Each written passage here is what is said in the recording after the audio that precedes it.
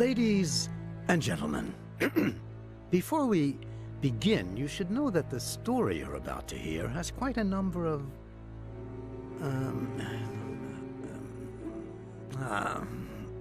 well, don't say I didn't warn you.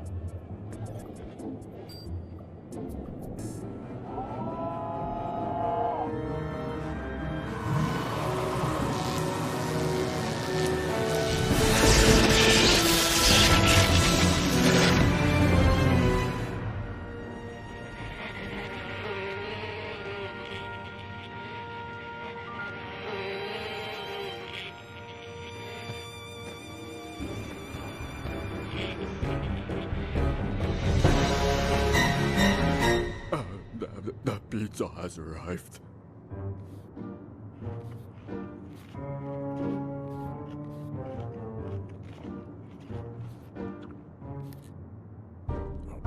He's alive. And he's hungry. Needs tomato sauce. Wait a minute. The story doesn't start that way. Ah, yes. Ladies and gentlemen, Ayo, let's begin at the beginning.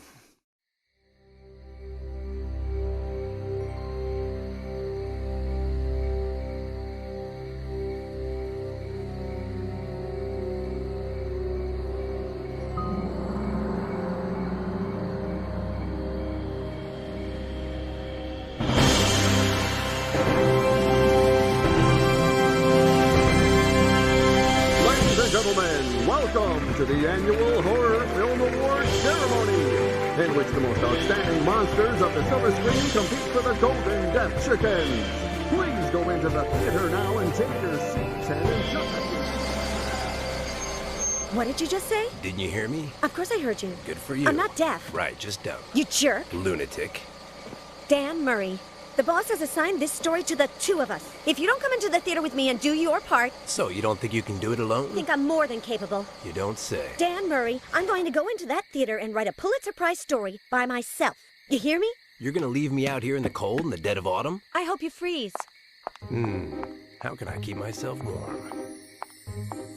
Ayo, Dan. It was fabulous. I did so many interviews that we're going to have to ask the boss for more space.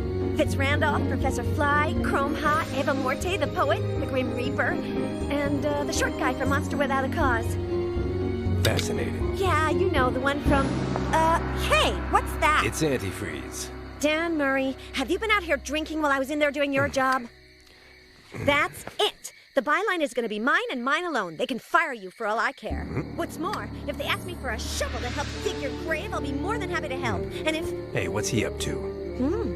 Big Albert. In Fitz Randall's office. That's odd. You were saying? We have to go in there.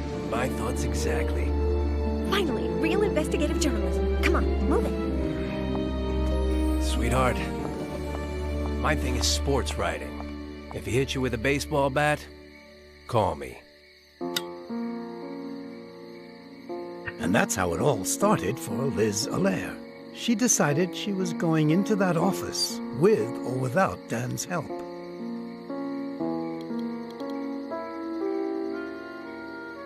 Jerk. Ayo, Dan. So how are you doing? Better than you, my dear. When the boss finds out who did all the interviews, you're going to be in hot water. You won't find out. Liz Allaire's no stool pigeon. Or is she? Sometimes I blurt out things without meaning to. You wouldn't dare. Try me. So, what exactly did you do wrong? I met you. You must have done something wrong for the boss to take you off your beloved sports section and put you on the society beat. Were you drunk on the job? I never drink, my dear. Never. You wrote something that didn't follow the paper's editorial line. Always. I write what I feel like, however and whenever I want. The boss is sick of your chronic lack of discipline. He's been sick of me for years. It's gotten to be his default state. Actually, I could care less what you did. Fascinating. I wonder what Big Albert is doing in Fitzrandolph's office. No, don't tell me. You mean you still haven't found out? Liz Allaire, the famous investigative journalist. What pitiful results. Do you want to hear the story of Big Albert? I know it. I don't need you to... Big Albert, previously known as the Creature, reanimated by electroshock, and assembled using body parts from the cadaver of an unlucky bodybuilder and the brain of the greatest scientist of our time. He created his own line of clothing and accessories 4 years ago. Nobel Prize in Medicine 3 years ago, Nobel Prize in Philosophy 2 years ago, Nobel Peace Prize last month. I'm finished. Lately, there's been a lot of monsters doing strange things. Am I right? Frankie Dog-Faced Bowser disappeared for 3 days and came back with his face surgically altered. Now he's 10 years uglier. 70 in dog years. This thing with Big Albert could be a scoop. The most intelligent man in the world, caught red-handed. The Quill's Rubber Room reporter tells all in an exclusive. You're a real people person, aren't you? But the quota is filled, my dear. Try again next season. Jerk. Lunatic. What were we talking about? Ah, yes. Careful with the antifreeze, it makes your complexion look all pasty. A jab to the left, it's pumpkin punch. A jab to the right. Have you been drinking antifreeze? No way. I just rubbed a little on my face. It was cold. I hope you freeze.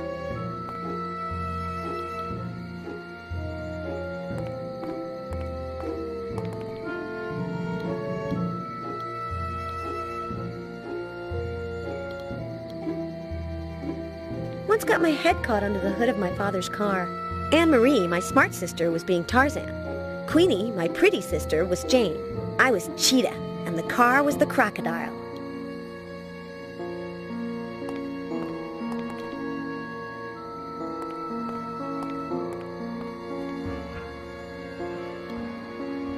Tubby the Third, Fitzrandolph's pet, is inside. He has a saw for a hand. How uncomfortable.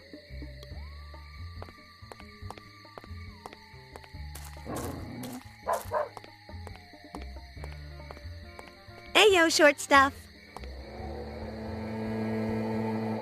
I knew you'd come. Take me with you. Where? To the great beyond, to my final resting place, to eternal peace.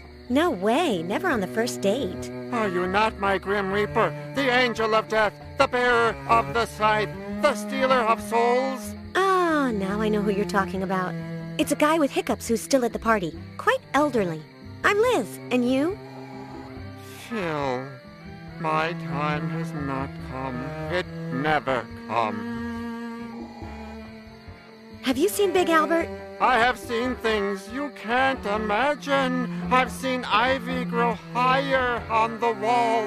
I've seen lightning bugs shining in the darkness near the door to the mansion.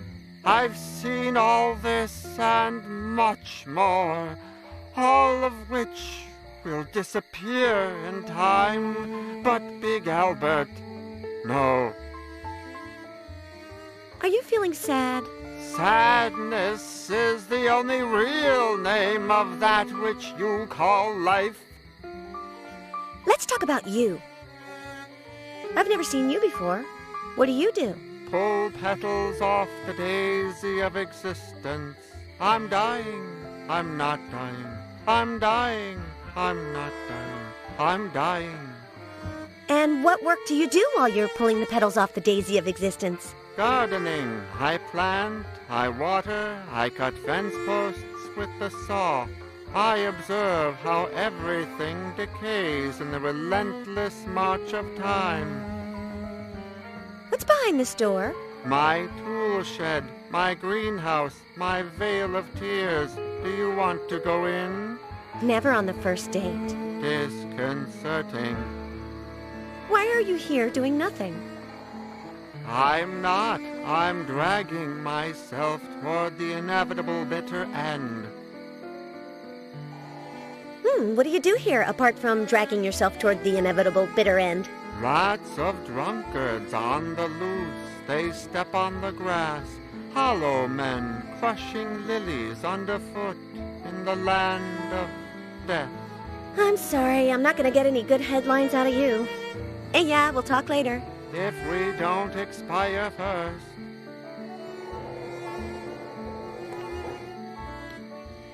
This connects to Fitz Randolph's office, where Big Albert went in.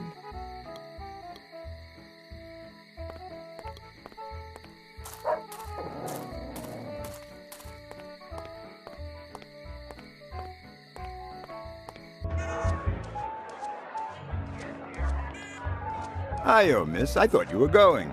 Mr. Fitz Randolph. Now, come and sit beside me, Miss Allaire. I never imagined you were such a party girl. Me? No. I'm still here because it's so pleasant here, don't you think? You don't need an excuse, miss. My friend Murray's intern is always welcome. Oh. Actually, I was referring to your unusual style of dancing. Oh, I see. Have I offended you? Yes. No. Maybe. It's just that... How is it that you're sitting here by yourself? I love parties, but when you get to be my age... Since I'm the host, I can't go to bed. But at least here it's quiet. In our interview earlier, I forgot to ask you...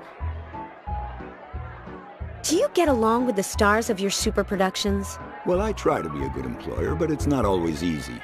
Fame goes to their heads. They do strange things. Big Albert has... Yes? Yes, what? Big Albert, what about him? Is he feeling all right?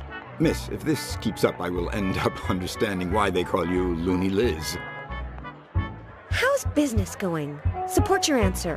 MKO is still the largest movie studio in the country and the world. We have made horror movies fashionable. And as long as that continues, nothing can touch us. Donations, foundations, charity events. Do you have any time left for yourself? I'm just doing my part for the less fortunate, miss.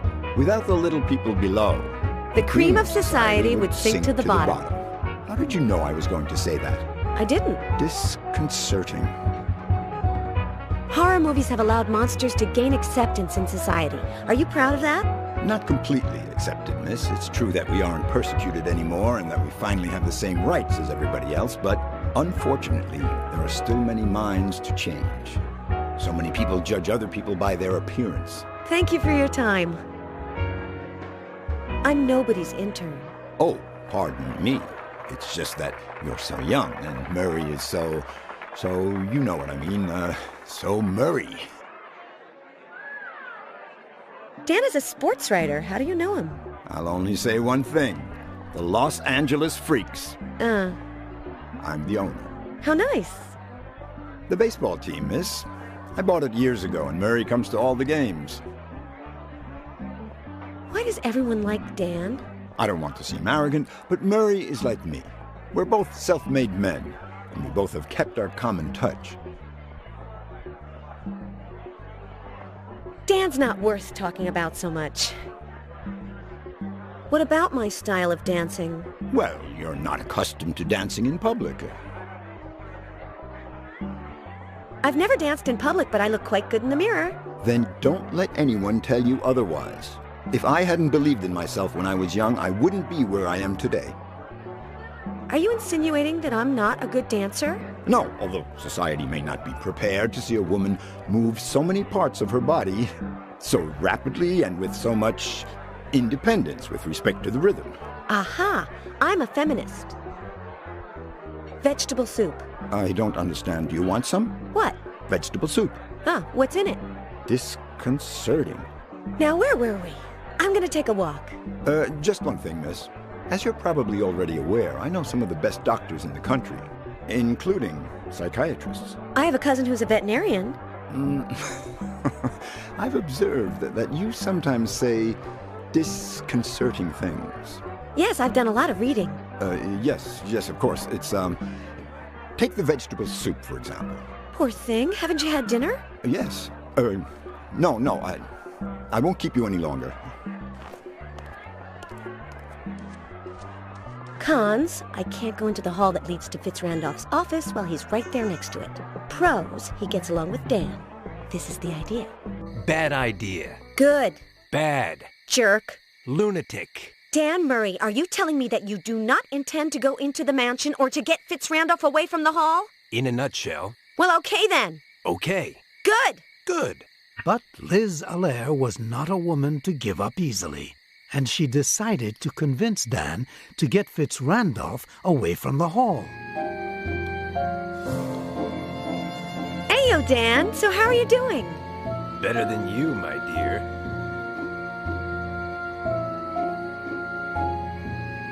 Why don't you help me get Fitzrandolph away from the hall? Because I bet half my salary on the fight tonight, and in a little while they'll be announcing the winner.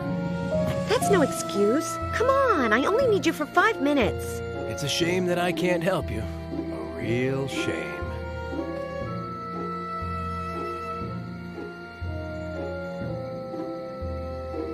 You missed the fight because they sent you here as punishment. Do you confirm that? That's not the worst. Mr. Boss set it up so they won't let me into the stadiums, racetracks, and arenas. They turned the faucet off.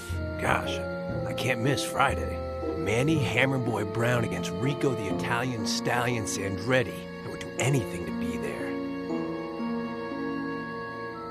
You bet money on a fight. Tell me more. Jim Bad Blood Dixon against Ron Hellman Pearlboy. Small potatoes, at least compared to next Friday. Let's change the subject. I hope you freeze.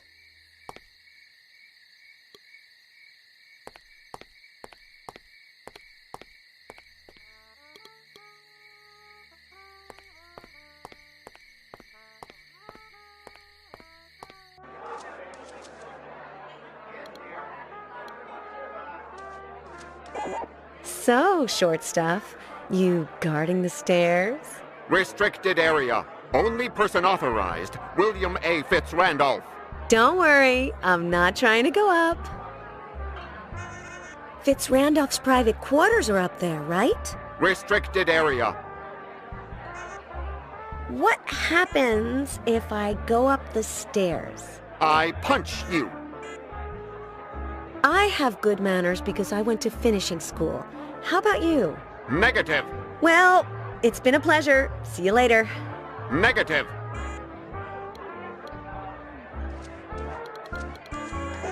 Ayo, short stuff. I don't have anything against your brother over there, but I bet you're the nice one in the family, aren't you? Restricted area. Only person authorized, William A. Fitzrandolph. I see.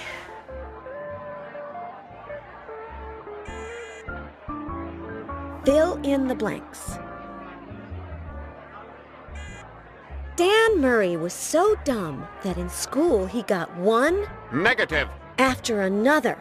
But he managed to get a job. And one day he touched a co-worker's, Restricted area. and she, who was as clever as she was a good dancer, said to him, I punch you. "Let me go up, short stuff." Restricted area. Well, it's been a pleasure. See you later. Negative. Nice glasses.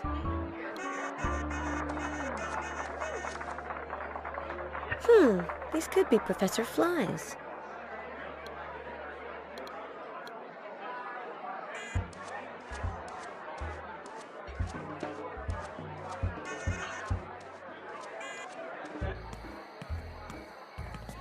Miss Allaire, could you confirm that the reading room is being remodeled?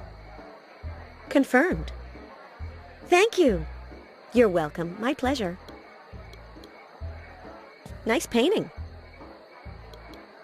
Large cans of white paint and little ones with blue pigment.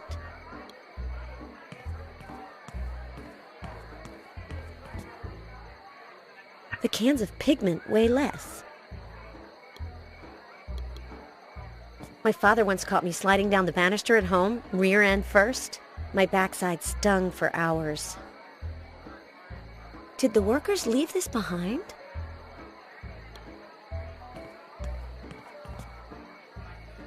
If there was anything in the pockets, someone got here before me and took it.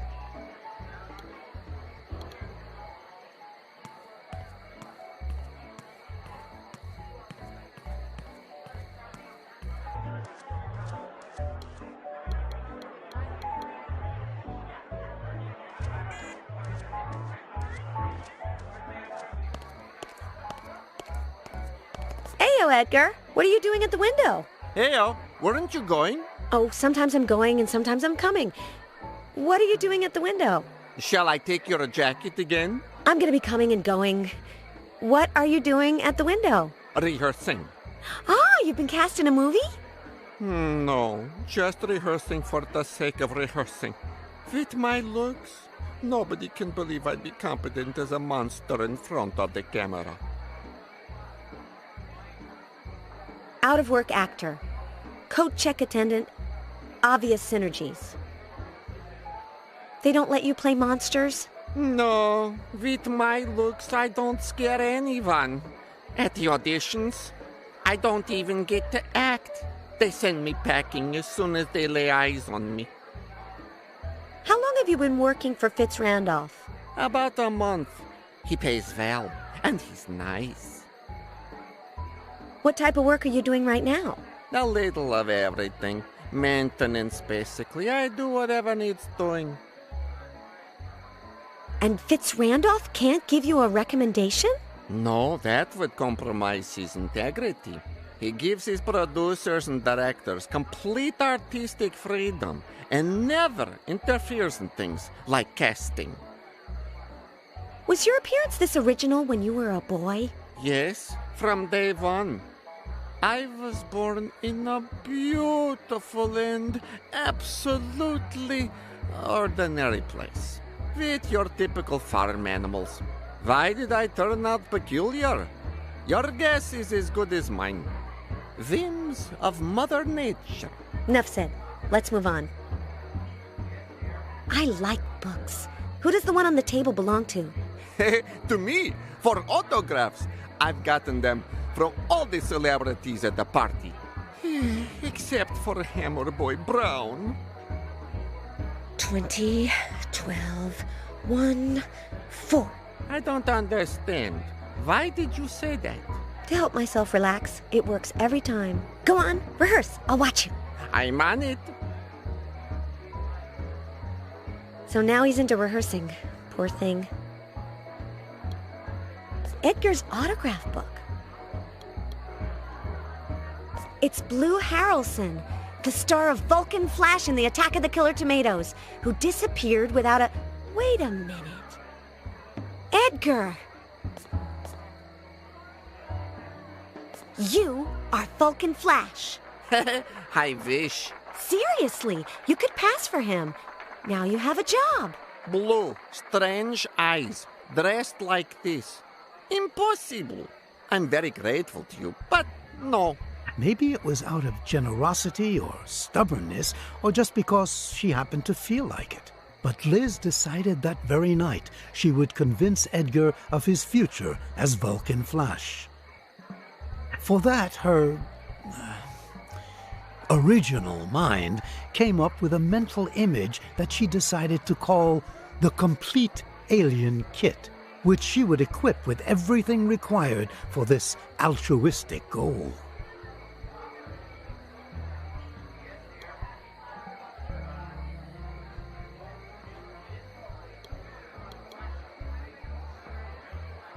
Yes, yes, yes, yes! The effect is positively alien.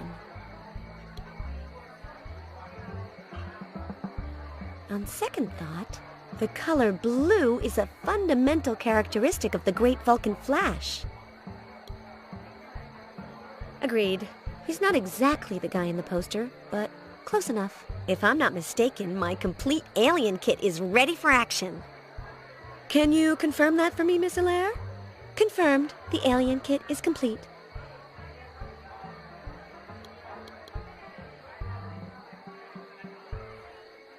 Finally, the moment has arrived for opening the refrigerator. There's my Edgar. You talking to me? I am going to put an end to your sad life. Exciting, huh? No, I don't understand. Oh, Edgar, don't you see the Vulcan Flash poster? I am identical to him, the new Vulcan Flash. Next audition, I'm going straight to the top. Thank you for convincing me, Liz, Edgar continued. I'll make it in the movies as an alien. Yes. This is all very well and good. But ask me about What's-His-Name Brown's jacket. Oh no, the jacket. Where is it? Put away. I was afraid you'd drip on it when you drank the pigment. You think of everything. And this is where you tell me I get to keep it. You're right. I suppose that's the least I can do for you, That's the least I Liz. can do for you, Liz. Eh? How did you know what I was going to what say? I was going to say? I had no idea. And now I'm telling you to go back to rehearsing, okay? I'm on it. He's in such a hurry, and I haven't even told him.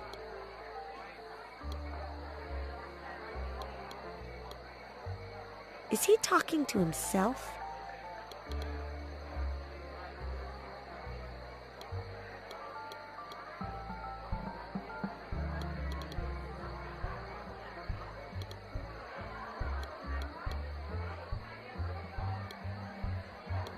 Could there be anything in the pockets? Ah, look, how convenient. Boxing. There must be someone who likes it.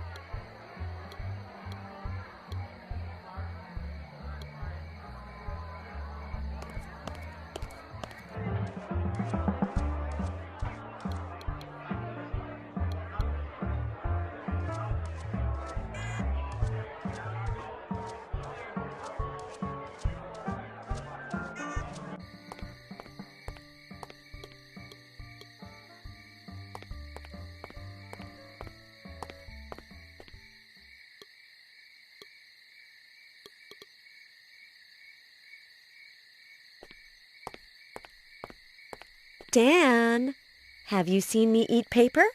Can't say I've had the pleasure. Watch. I have here 2 pieces that say Rico, the Italian Stallion Sandretti versus Manny, Hammerboy Brown. Give them to me. Fitz Randolph, away from the hall. Now. Hey, Willie. Murray, my friend, you doing good? Better than you. When are we gonna get together, throw a few punches? I'd like to throw back a drink. I see you're empty. What a guy. And that was how Liz convinced Dan to get Fitz Randolph away from the hall.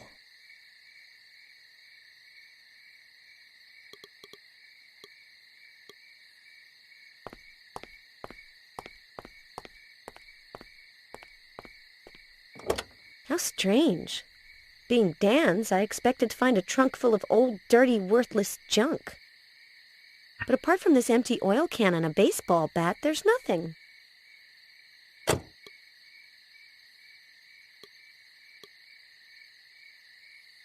Dan's.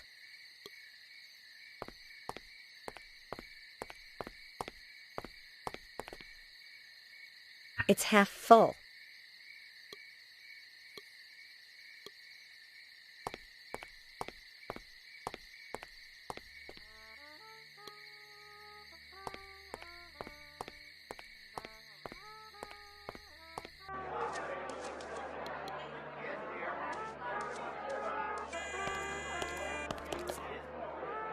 Hey, there's something on it.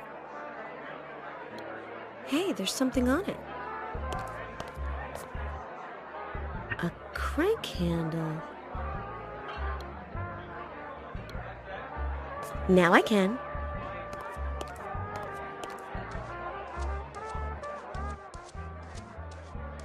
Is he asleep? Good.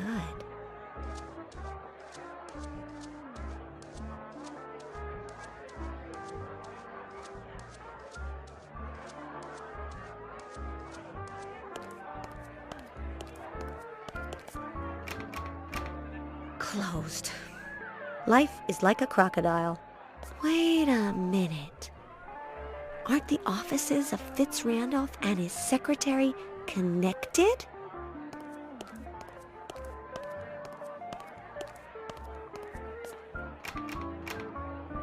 Even if they are...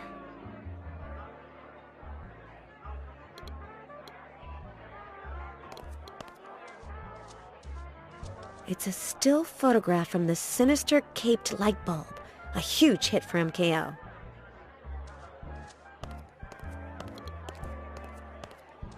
Spencer McDundy. He's actually Australian, but for some reason he's good at playing Scottish ghosts.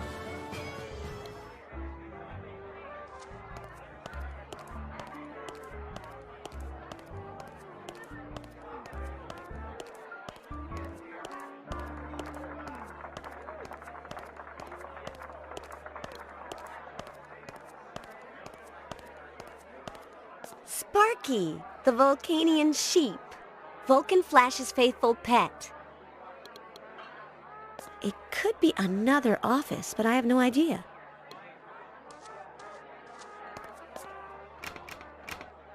It's still closed.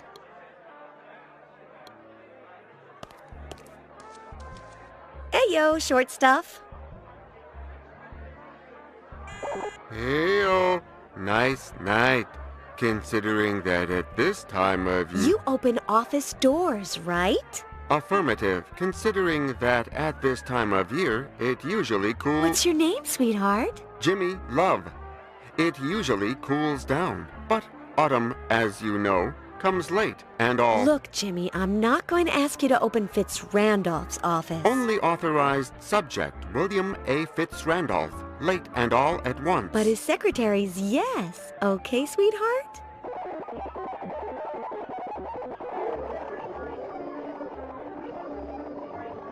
Only authorized subject, Beverly Torrance. Hair blonde, eyes blue, bust 50, waist 24, hips 36, negative identification. Access denied. Access denied? Liz said to herself. We'll just see about that. Aren't you the charmer? Integrated elevator conversation chip. We'll have to start dressing more warmly. Informational topic unit. Doors. Open the first door for me. I have never opened it. It's not possible. Jammed. Maybe it's the humidity. A lot of humidity these last few winters. Open the second door.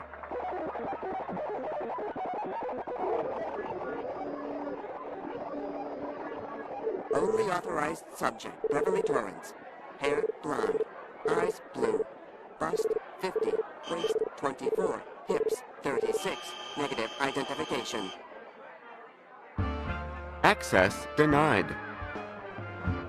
Open the third door. Access denied. But I was in here just last month when I interviewed your boss. It was a lovely morning, but it drizzled in the afternoon.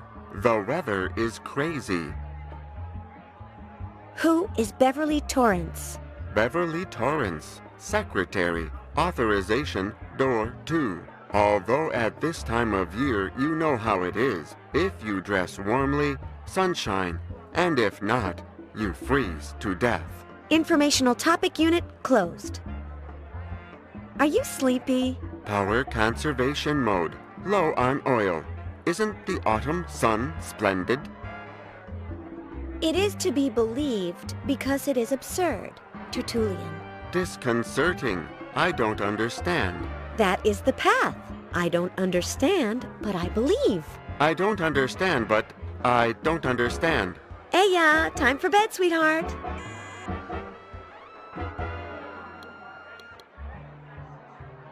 Great idea. Pumpkin punch in a can of motor oil. Anyone care for some?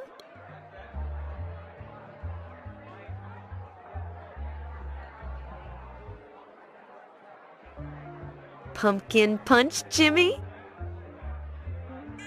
I'd like to, but Mr. Fitz Randolph will fire me if he sees me drinking. He only lets us drink oil so that we don't rust. He's in the ballroom. He won't see you. No, no, no, I don't dare. He could show up at any moment, like a summer thunderstorm. Don't worry, I'll figure out something else. But you'll have your punch. I bet you can't guess what's inside this oil can. Affirmative.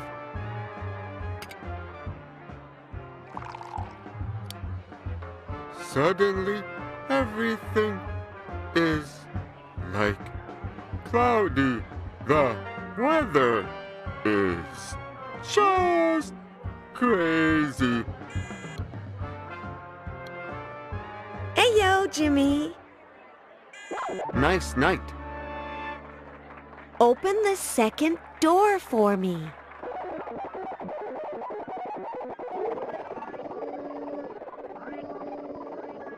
Unauthorized subject, Beverly Torrance. Hair blonde, eyes blue. Bust 50. Waist 24, hips 36. Positive identification. Access allowed.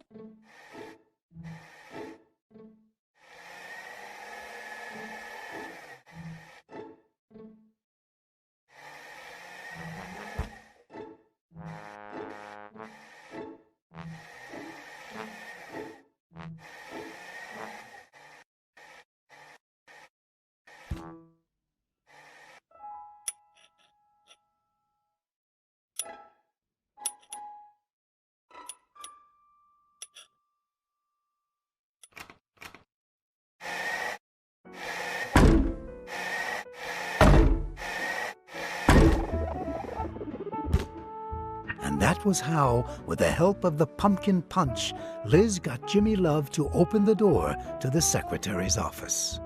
Thanks, sweetheart. Fitzrandolph Mansion, Halloween night.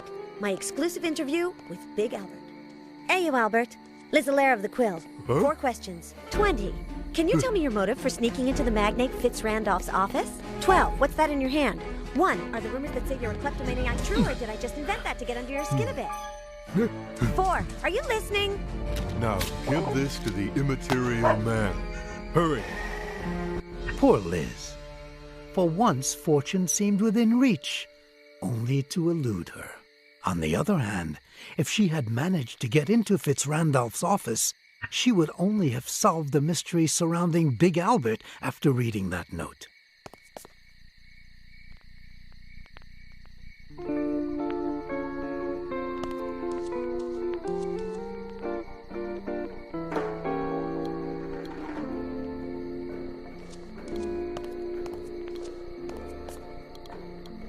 Pencils.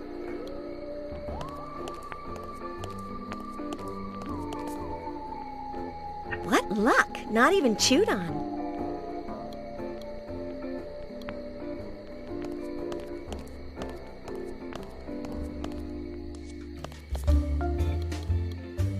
It's strange that Fitzrandolph has such an obsolete model.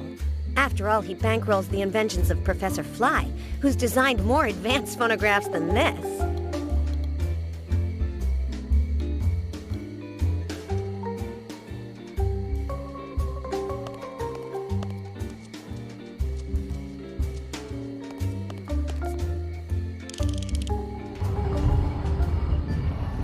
Wasn't this in the other office?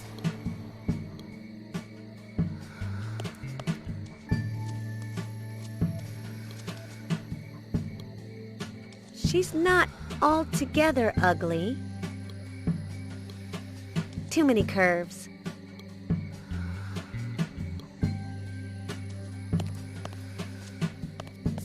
Fitzrandolph is clever.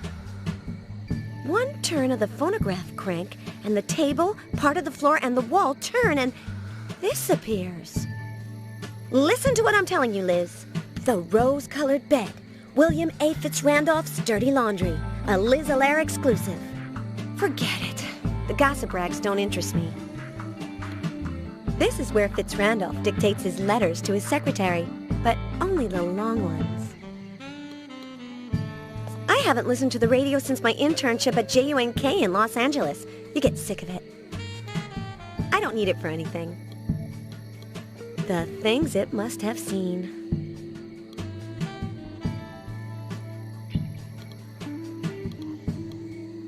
An ice bucket, tongs, and a can of caviar.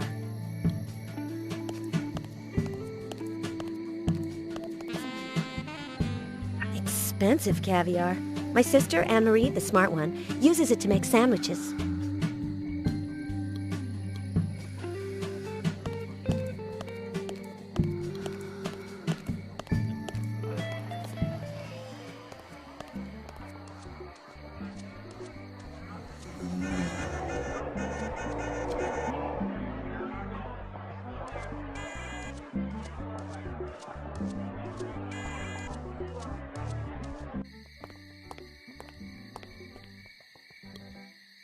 Tubby the Third is in there with the notebook that Big Albert threw away after tearing out a sheet for Phil.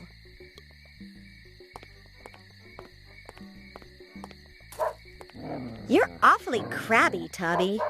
If I want the notebook, I'll have to think of something.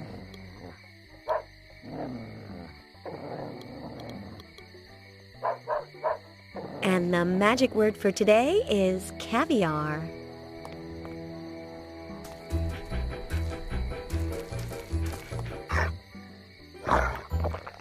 But the real magic would be if something was written on it.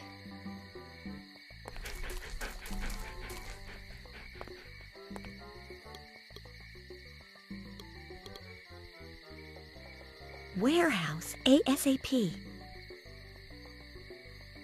When she finally found out what Big Albert's note said, Liz headed to Fitzrandolph's storeroom located behind the mansion. To the warehouse, then. Hopefully Big Albert and Immaterial Man are still there. I'll turn on my tape recorder.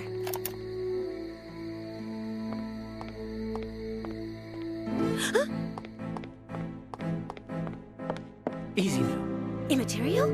The people who did this will be back. Help me. Count me in. What do I do? I'm your girl. The important part is safe and sound now.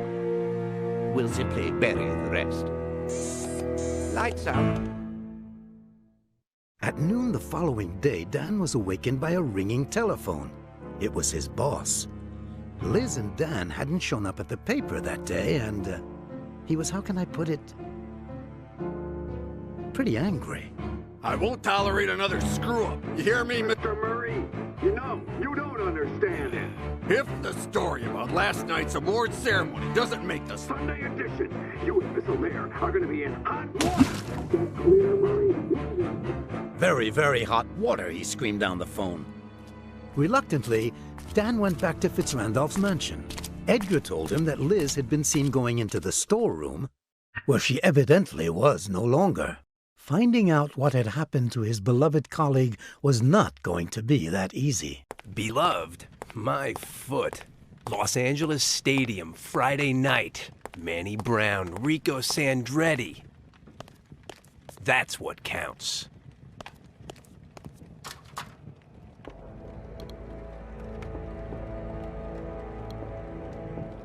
I have one at home just like it. I always sleep on it, except when I have, company. It's wood burning.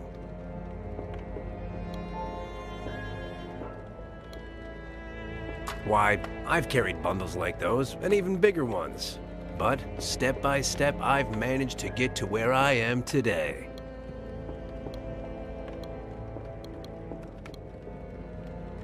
Doesn't this belong to that lunatic? Not that I pay attention to what she wears. Let's hope I don't find more of her clothes lying around here. What's it to me?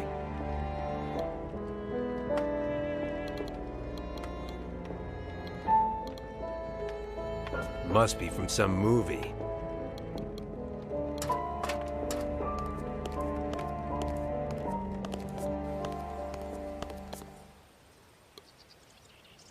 An 8-pack.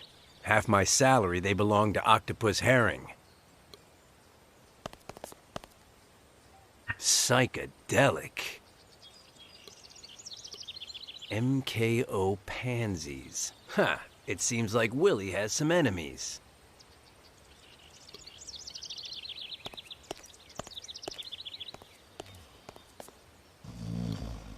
He must have really tied one on.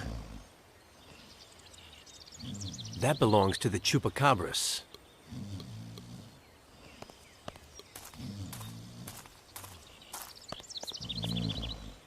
He never plays it in public.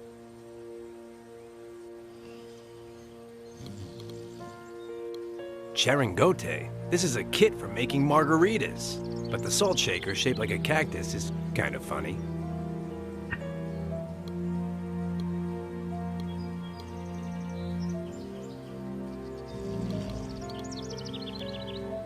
Oh, it's Robo Payne's workshop. What's this? One of the chupacabra's claws. And I thought they were natural.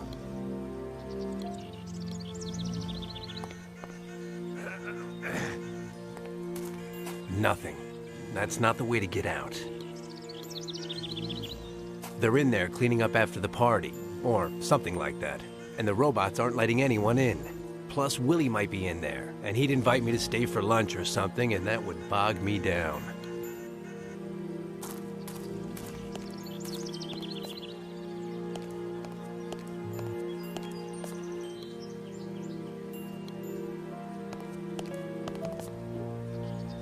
It was in the trunk. I always carry it in the car. It doesn't matter in which car.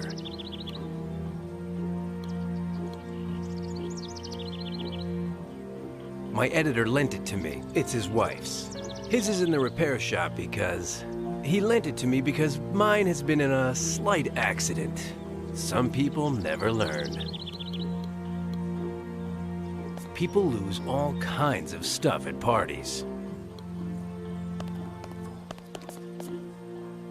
Well, what do you know? It's that idiot Mr. Death's soul extractor. Oh, yes. He was at the party, dying of hiccups, dancing without a partner. What a life.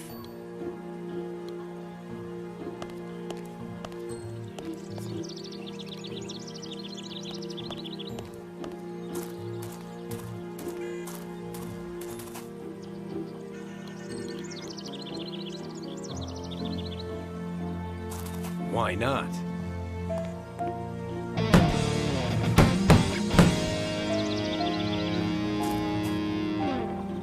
I know that this makes no sense, but this is my chance to use a bat.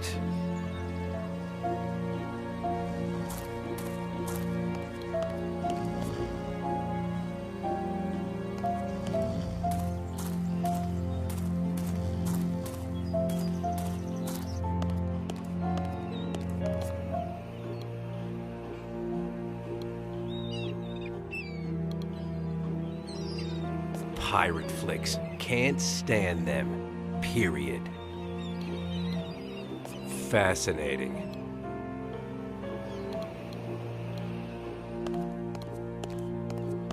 Oh, if I really gave it my all, I could, but behind it has the mother of all knots.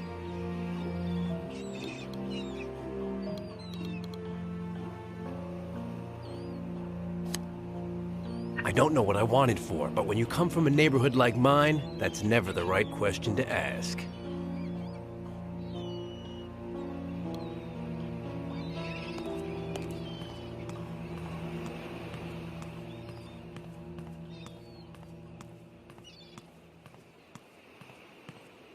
Closed.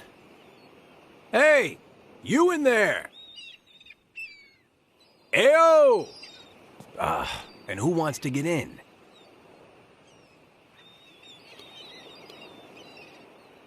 No ferry service today. That's the one that goes to the studios.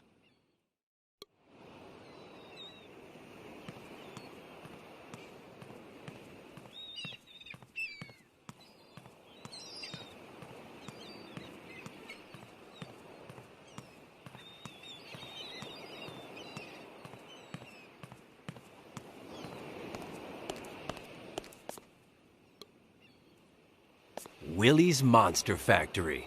I don't see why people are so impressed with it.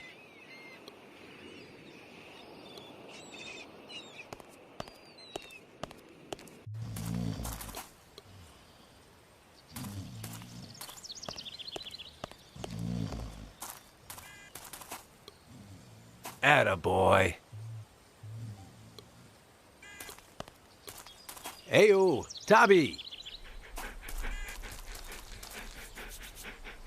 Attaboy, attaboy. No, I didn't bring you any caviar today, you glutton. Aya, go lay down. I haven't seen him since he was Tabby the Second.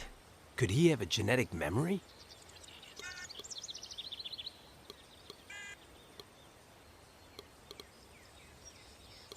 It's Liz's. I'd stake half my salary. Ayo, Tabby. Ayo, buddy. I've got a job for you.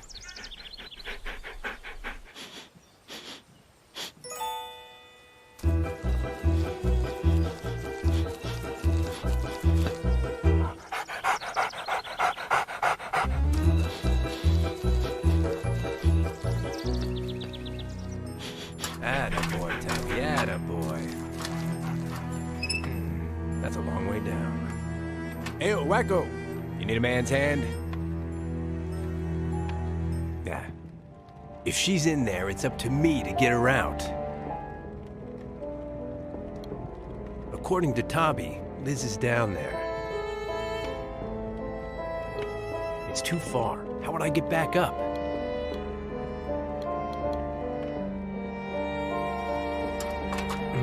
Will this hold if I tie it?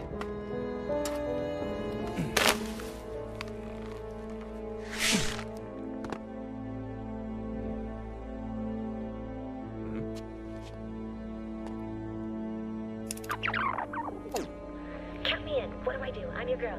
Help me hide Big Al inside. In the sarcophagus? Yes. It'll save us time. Now let's get out of here, or... If you try it, you can consider yourselves toast. Your two-bit invisibility tricks won't work with me, Material Man. You and the lovely Miss Alaire shall be escorted to your new quarters by my assistant. I can escort myself.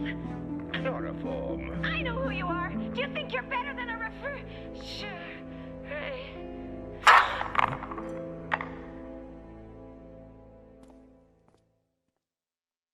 Now that he knew what had happened to Liz, Dan would only be able to find her by going after Big Albert. The sarcophagus, said Edgar. They took it to the Temple of Eternal Illusion. Now we're really in trouble, replied Dan. The Temple of Eternal Illusion. Headquarters of the famous sorceress known as High Priestess Chrome-Ha. It was completely impenetrable. Whoever entered was observed and analyzed by a scanner, which detected any sign of cerebral activity, and once inside, it was filled with deadly traps out of which no one had ever escaped. The game was becoming increasingly difficult, but Dan had come too far. Plus, his feelings for Liz were becoming more intense all the time. That ninny. Thanks to her, I'm going to be on the ropes again. If she's lost those tickets...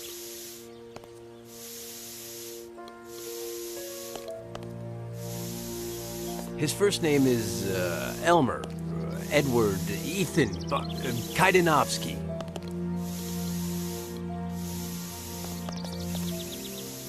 Tabby must have dropped this. These pets expire so quickly nowadays.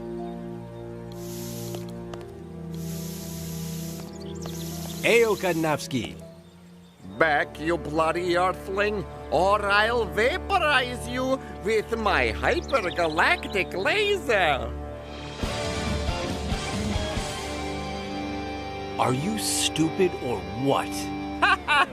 What a guy. But don't call me by my last name. I'm Edgar to my friends. Fascinating. Anyway, have you found out anything about our mutual friend? Mutual? You're mistaken there. But tell me, why are you dressed like an idiot? I'm the new Vulcan Flash. Good for you. And who is this idiot? Don't pretend. Everyone knows who Vulcan Flash is. I am not everyone. Well, except for an Amundsen. There, he's called Vidigues Jimenez. They censored the original name Because if you substitute an H for the V, a J for the U, an O for the F, an M for the C, and you say it backwards, you get a really bad word. I love the graffiti. Well, Mr. Fitz-Randolph doesn't. That's why my job is to clean it off. Half my salary says the graffiti is Octopus Herring's work. For sure. Do you know that in Amundsen, it's forbidden to put octopi in your socks, punishable by spanking? Fascinating. Is Willie around? He was at the mansion, but he asked them to get the Zeppelin ready. Maybe he's already there. MKO Pansies, what's that about? A new direction for MKO. Fitz-Randolph wants to get out of the horror business and dedicate himself to family films. Family films don't interest me, but go on. Just that. Romantic comedies, children's films, even musicals. I'm still not interested in family films. Go on. The problem is that not all of the monster actors are in favor of the change, and they're trying to boycott it. In part, I understand them. You build a career scaring people, and then they make you play the Cookie Monster. This is starting to bore me. Let's move on.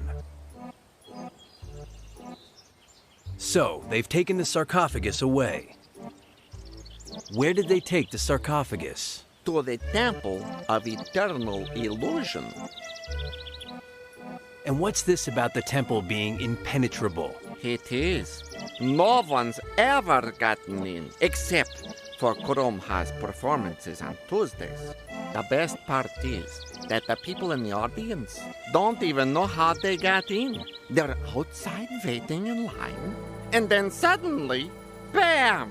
They're inside, comfortably ensconced in their assigned seats. What day is it today? Saturday. Oh. What is the temple in reality? A temple. Oh, you're really asking for it. What a guy. It's a pyramid that Kromha had brought from Egypt, block by block. Enough about the temple for the moment. So, who convinced you to dress like an idiot? You'll never guess. Our friend Liz. Eya, Ellis. Eya, Dan.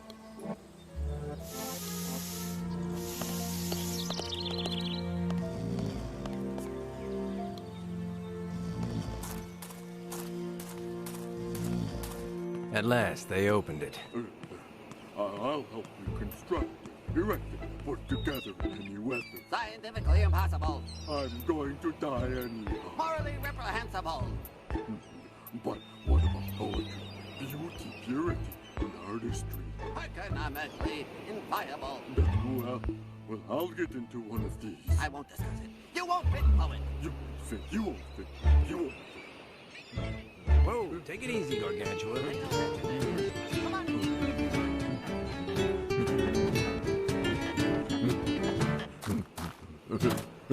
Hey-o, Dan Murray. Guilty as charged. And you, Half-Pint? What a guy. Professor Fly, at your service. Good. And that idiot outside? What's with him? The poet? He wants me to build him a custom-made teletransporter booth. Tell a what? Oh, a neophyte. Let me show you.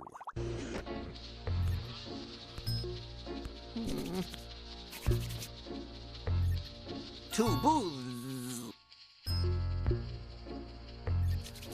The foolhardy volunteer gets into one of them.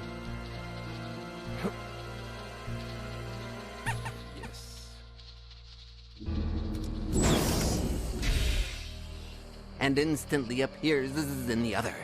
Does the duck get frequent flyer miles? Interesting. Dan understood the great potential in that magnificent invention for furthering his plans, and he made it known to Professor Fly.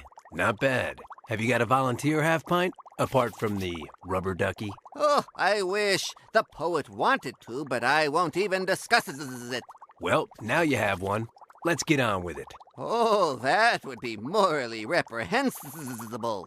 The teletransporter is still in the Zeta stage.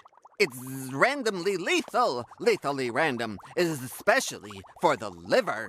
It is for that reason that I only accept volunteers that meet 3 requirements.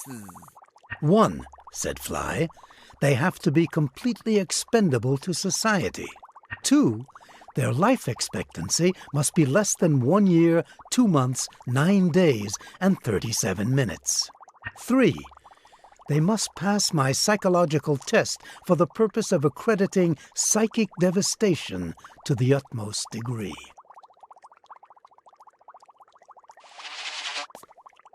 My life expectancy is almost nil. Are you sure? That's experimentally demonstrably experimental. Do you see that machine in the corner? Better than you. I don't have bug eyes. What a guy. But it's true. I can't see all that well because I lost my glasses yesterday. So the machine is called a life-o-meter.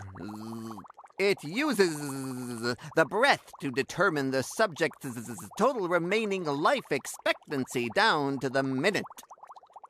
How much time until he kicks the bucket, right? Definitively positive. Positively definitive. What do I have to do for you to consider me socially expendable? I won't discuss it. You work at the Quill. You're a sports journalism genius. What do you have to say about the poet? Is he stupid or just pretending to be? Well, the poet of pain is peculiar. Peculiar? Yes, peculiar. Peculiar in what way? In a peculiar way. I get it. Very peculiar? Between somewhat and very peculiar. Peculiar, period? What they call peculiar. Like this peculiar attempt at a conversation. It is a somewhat peculiar conversation, yes. Is this peculiar conversation getting us anywhere? No, but if you keep insisting, I'm going to start thinking that you're peculiar. Peculiar? Me? Peculiar. You. Me? Peculiar? You. Peculiar. Me? But wasn't it the poet who was peculiar? Well, the poet of pain is peculiar. Why can't he be your volunteer? Unfortunately, that's scientifically impossible, since my teletransporter booth won't accommodate him. Economically inviable, the cost of building a booth his size would be astronomical, and morally reprehensible, as we are talking about one of the greatest literary figures of our time. Has he always gone in for verse? He used to be a stunt double in the movies. He has a very high tolerance to pain, so he would do anything. He used to specialize in the most physically punishing stunts. The best part is that afterwards, he would tell his colleagues all about the pain he'd experienced. He did it so poetically that someone said to him, "You have got to write this down, man." Poets. Enough nonsense. Back up to the ceiling, half-pint. What a guy. Almost as orderly as my desk at the Quill. A little screen.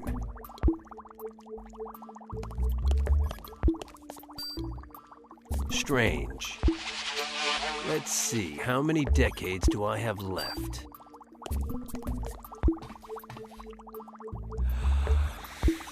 Years, 5 months, 6 days, 12 hours, 9. 5 years, 6 months, 12 days, 9 hours. Revolting machine. And the worst thing is that I'd have to have less than 2 years left to live for Fly to accept me to be his volunteer.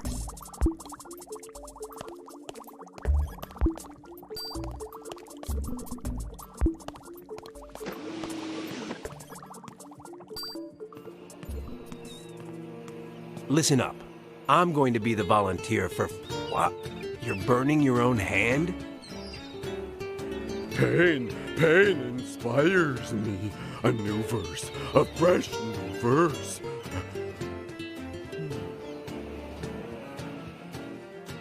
An infernal sun scorches my skin. Implacable, two-faced, cruel. Want me to break your face? It's no trouble. No, very trite. It doesn't inspire me. New pains for new verses. Give me novelty. Good. You stay right here. You're going to go nuts over this. Heyo, poet. Poet, poet, poet.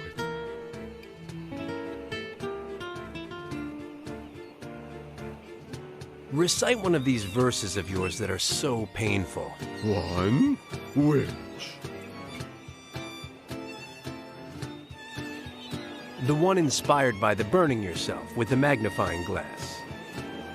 An infernal sun scorches my skin.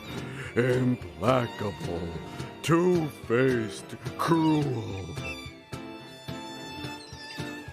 Something from one of your earlier books. I don't repeat myself. I don't repeat myself. I repeat. One that you think up here and now. I have no inspiration. Give me novelty.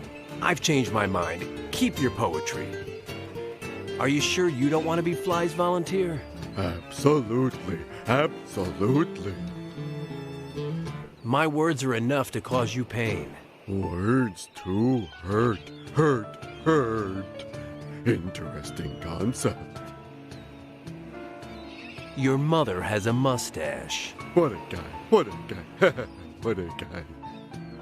You're peculiar. That's what they say. You don't understand. I mean peculiar in a very bad way. Peculiarity is not a bad thing. Peculiar is peculiar. Yeah, but I'm saying it in a slightly peculiar way. Peculiar? Peculiar. Who is peculiar? You are peculiar. That's what they say. Half my salary says you found your wardrobe in the bottom of a landfill.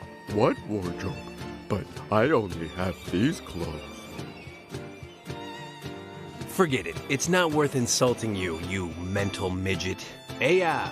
Heya.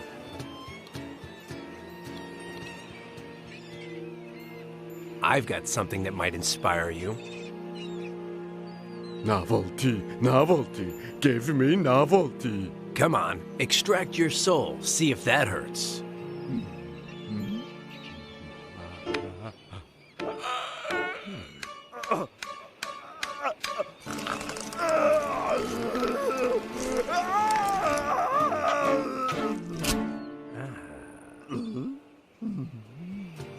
So, a new verse? I'm inspired. It's coming to me. It's on the tip of my tongue. Well, share it.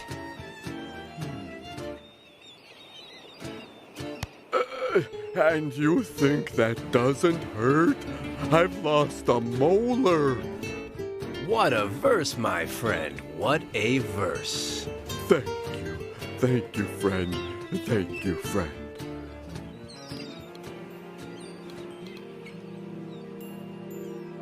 I've got something that might inspire you. Novelty, novelty, give me novelty. Lemon and salt.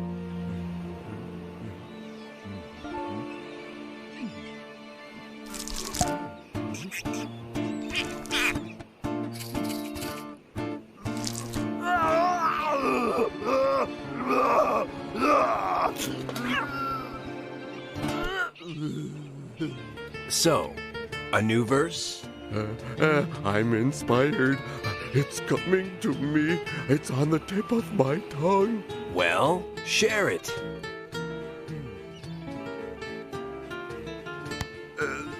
Like a ravenous zombie, my right eye devours my brain.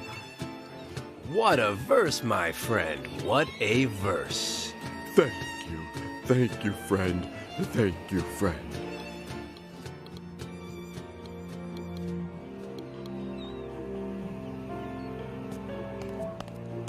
He's going to go nuts over this.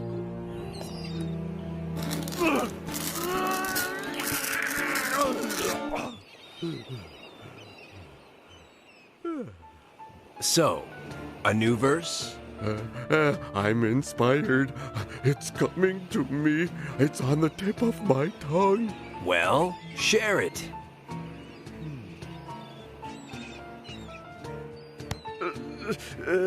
My ear, by 1,000 bees, mortally wounded, bursts joyfully. What a verse, my friend. What a verse. Thank you, friend. Thank you, friend.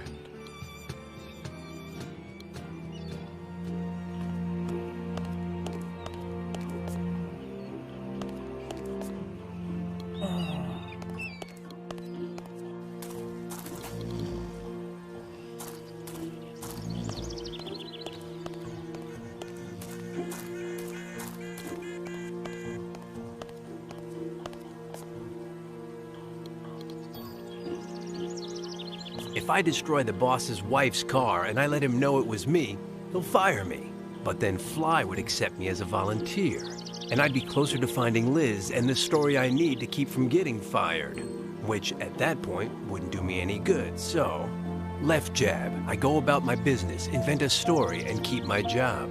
It wouldn't be the first time. Right jab, I get myself fired and I start looking for a half-witted, insufferable daddy's girl, and Los Angeles Stadium, Friday night. Manny Brown, Rico Sandretti. That's all that matters.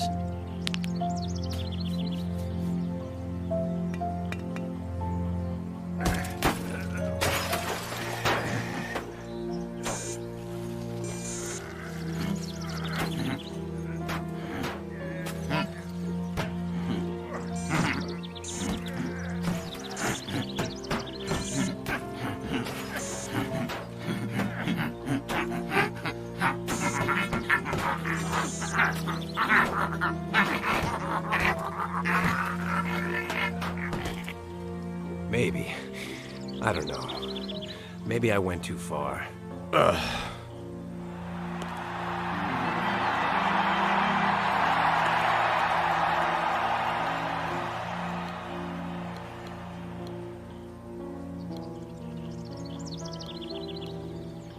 When the boss sees this, I'm out of a job.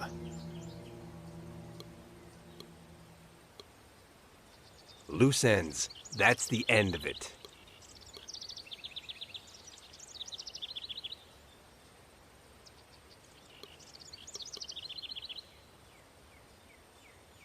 I wish.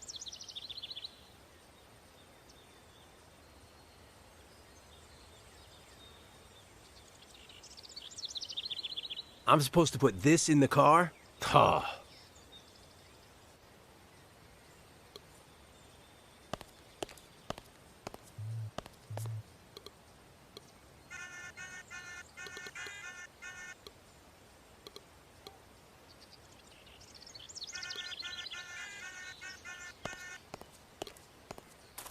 Heyo, Tabby.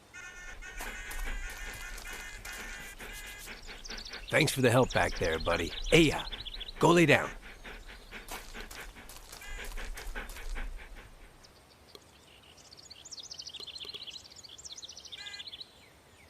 No, it won't do him any good now.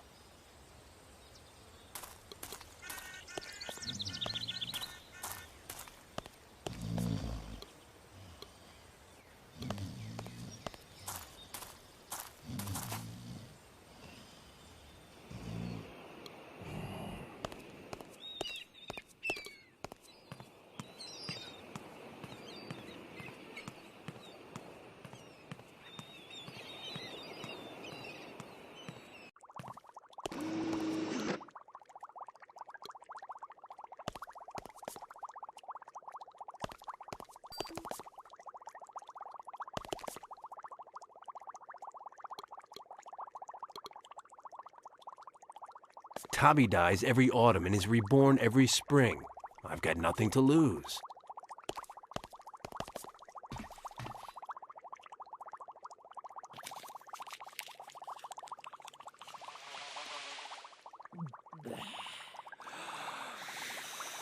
Years, 0 months, 0 days, 19 hours, 3.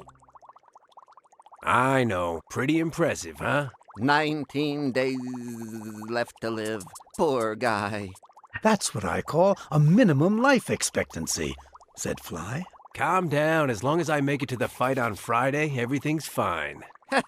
What a guy.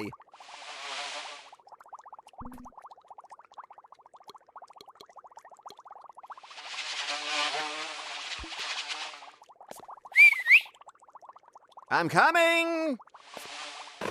Everything okay? Let's get to the psychic devastation test. What do you want to bet I beat the record? Let's get to work. They're just 4 little ink blots. What do you see there? A hellish sun scorches my skin. Implacable, two-faced, cruel. Great answer. Come on, you've only got 3 left. What do you see there?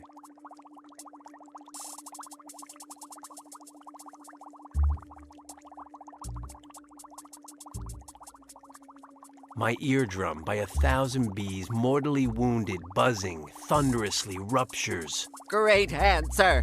You still have 2 left. What do you see there?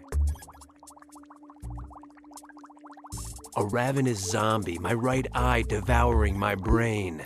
Great answer. Let's see how you do on the last one. What do you see there?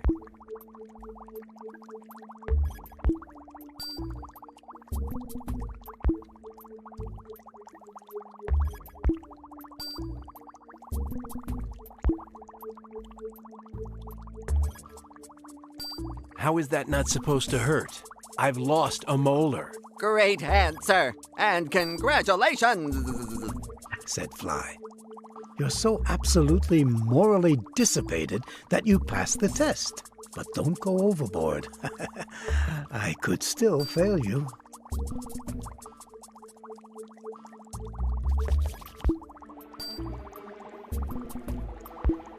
My talent as a writer has run out of gas. I'm socially expendable now. I'm sorry to be so contemptibly frank, but this is frankly contemptible. If your boss can't get along without you, it's because you've still got a lot to give. I won't discuss it.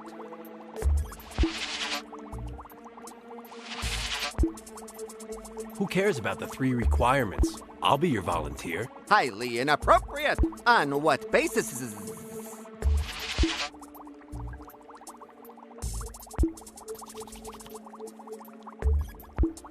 You got me. I'll meet your 3 requirements.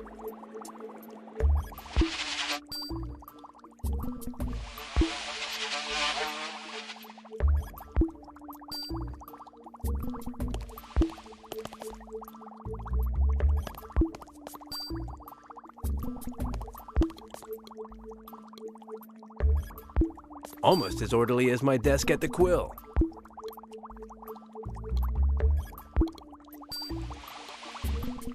Pass the test. Who needs the machine?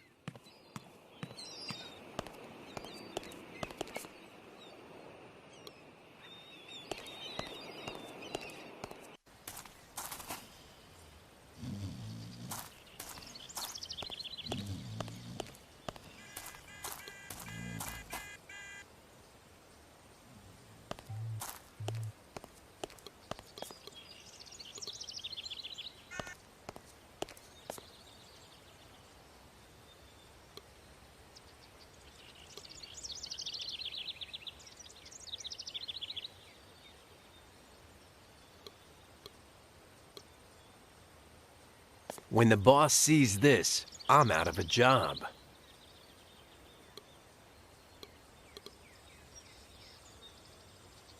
I'm supposed to put this in the car? Ah.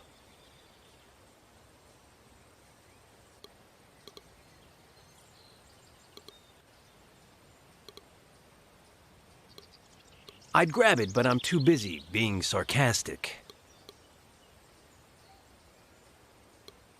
Absence. Is it clear that this can't be grabbed, or do I write an article?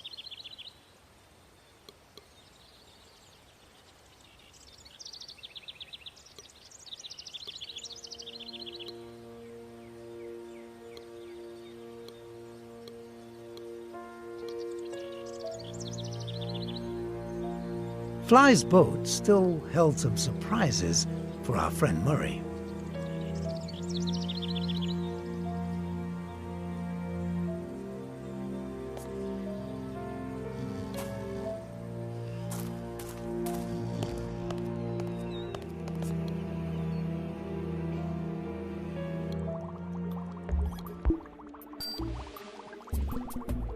I don't know what it is.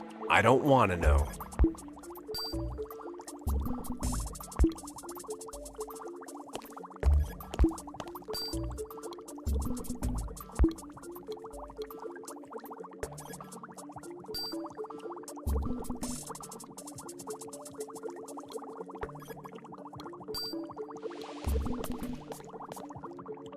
You shouldn't leave these things all over the floor. Murray, careful walking there. Don't step on my camera. I'm on top of everything.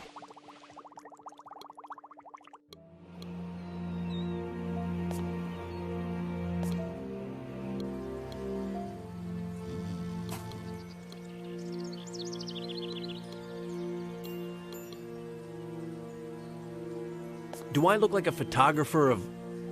Wait a minute. Hey, buddy!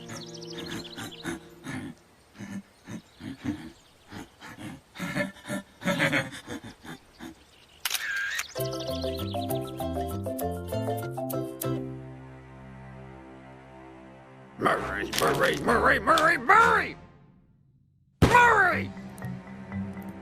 You got a form for execution by firing squad? Oh, well, I don't know, but I'll check. Bring me a termination letter! So, what do you think? It's uniquely unthinkable. Unthinkably unique. Dan Murray is socially expendable, said Fly. So then, I've got everything right? You've passed the test. Society considers you expendable. In no time at all, you'll be kicking the bucket. Dan Murray, you're the perfect volunteer. Good. Let's get to it, replied Dan. Well, there we go.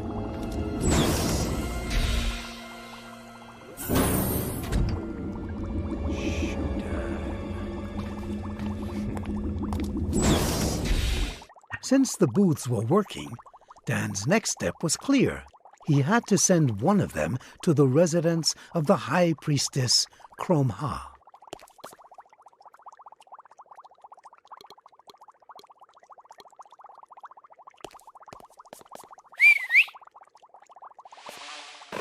Everything okay? Teletransporting yourself 5 meters is for amateurs.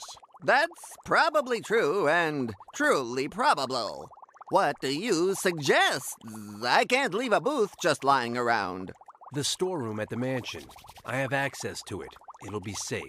That's good, but it's heavy. You're speaking to Dan Murray. Relax.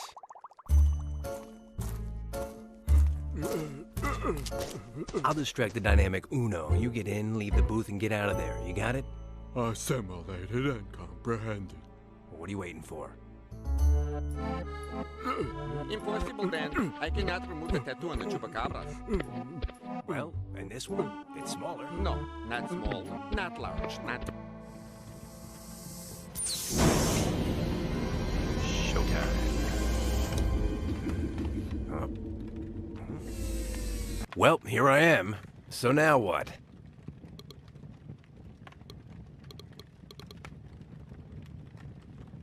I've got an idea. I'll paint it like a sarcophagus. But, I'll never get it right. It'll never work. Impossible. Well, what do you know?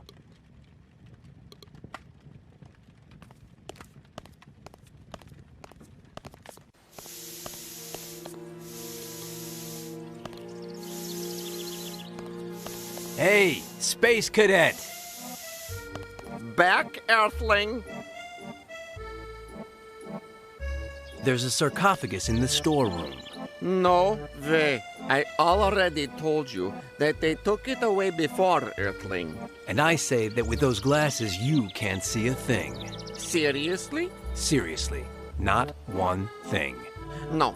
Now, about the sarcophagus. Seriously, you're already calling. Let them come pick it up. Take it easy, be careful. And don't you dare scratch my balls there. Good. Eleonoro says it will take some time to get the booth to the temple. I'll take advantage of the time and get ready for the next big round.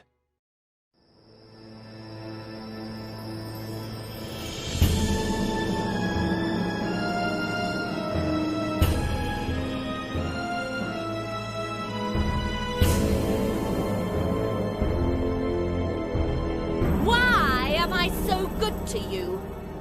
Let's see if it's all clear, vermin. I get in the sarcophagus.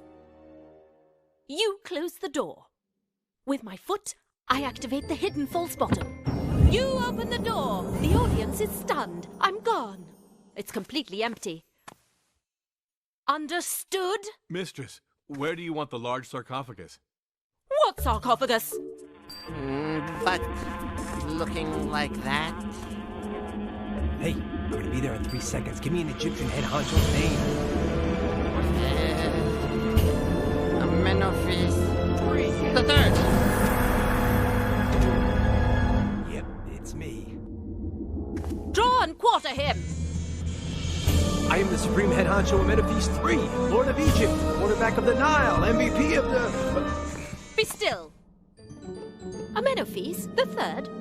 The third in the flesh. I don't know if I remember. Why have you come?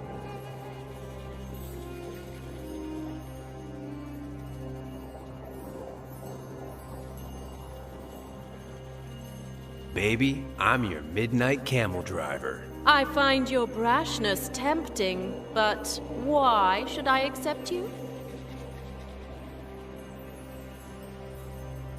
I'm looking for the High Priestess Kromha, the woman with the best front end I've ever seen. You're looking at her. I'm lost, ever since I lost the dame that gave my life meaning. I guess that woman is me, right? Your tongue is altogether too loose, Amenophis. But you're lucky that I'm so good. Come with me. Finally, Dan had done it. He had teletransported himself to the Temple of Eternal Illusion. And if nothing went wrong, he'd live to tell the tale. But unfortunately, the future wasn't looking very bright for everyone involved.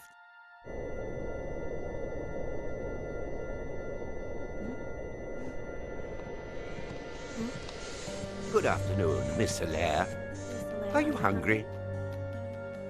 20. Why did you knock me out? 12. What did you do to me? 1. My head and my left ear ache.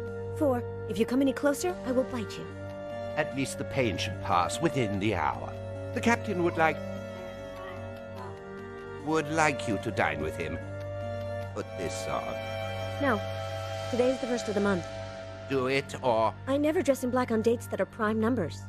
you'll die naked with the crew. You've got a point. It's actually more dark gray. Can I untie me? So, how was it for you? It was wonderful, Amenophis. I haven't had a man treat me like that in a long time. No less than what I deserve. Good for you. Now you will be my guest. I'll treat you right, and you'll stay by my side forever. Honey, I'm more of a short-term guy. That's not the impression I got. A question of practice. Do me a favor, call your robots and tell them to open the sarcophagus in the theater for me. Ah! You just can't be good in this life, can you? Amenophis III, not everything in this house can be had so easily. Forget it. I'll ask the robots myself. And you? They'll never listen to you. Dr. Zelsius programmed them to obey only the person who is wearing the pendant I have on. And which, as you can see, I never take off under any circumstances. Fascinating. Yes, Dan said, fascinating. But he was really thinking, sooner or later, that pendant will be hanging around my neck. Because things being what they are, I'm going to need it to teletransport Big Albert to Fly's laboratory. You're mine, Amenophis. Take care of my desires and you'll never want for anything. Otherwise, just ask the Oracle of the Shadows.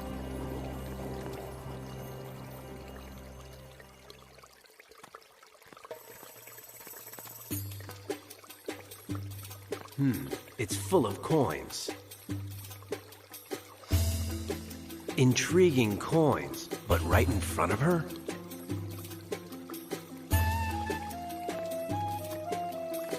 Madam. Speak. There's only one thing that interests me. You. So, what's it like being a mummy? It has its pros and its cons. Being dead means I don't have to shave my legs as often, but having to have your bodily fluids changed every 15 days is a bit of a pain. I'm much better at it than any other mummy, of course, but it's still a pain. How did you get into illusionism with all the money you have? I'm better at it than anyone else, and I like it. And maintaining a body like mine isn't exactly cheap. I could go on talking about you forever, but... Come on, let me have the pendant. Never, Amenophis. I will give you many things, but never that. So where is this Oracle of the Shadows? Go out that door and over to the other side of the room till you reach the double doors. You'll recognize him without a doubt. Command me to kiss you, darling. What a guy. Now do it, or I'll have you drawn and quartered.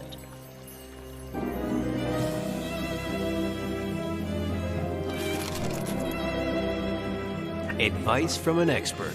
Never shut your eyes when kissing. I have to leave you, for now.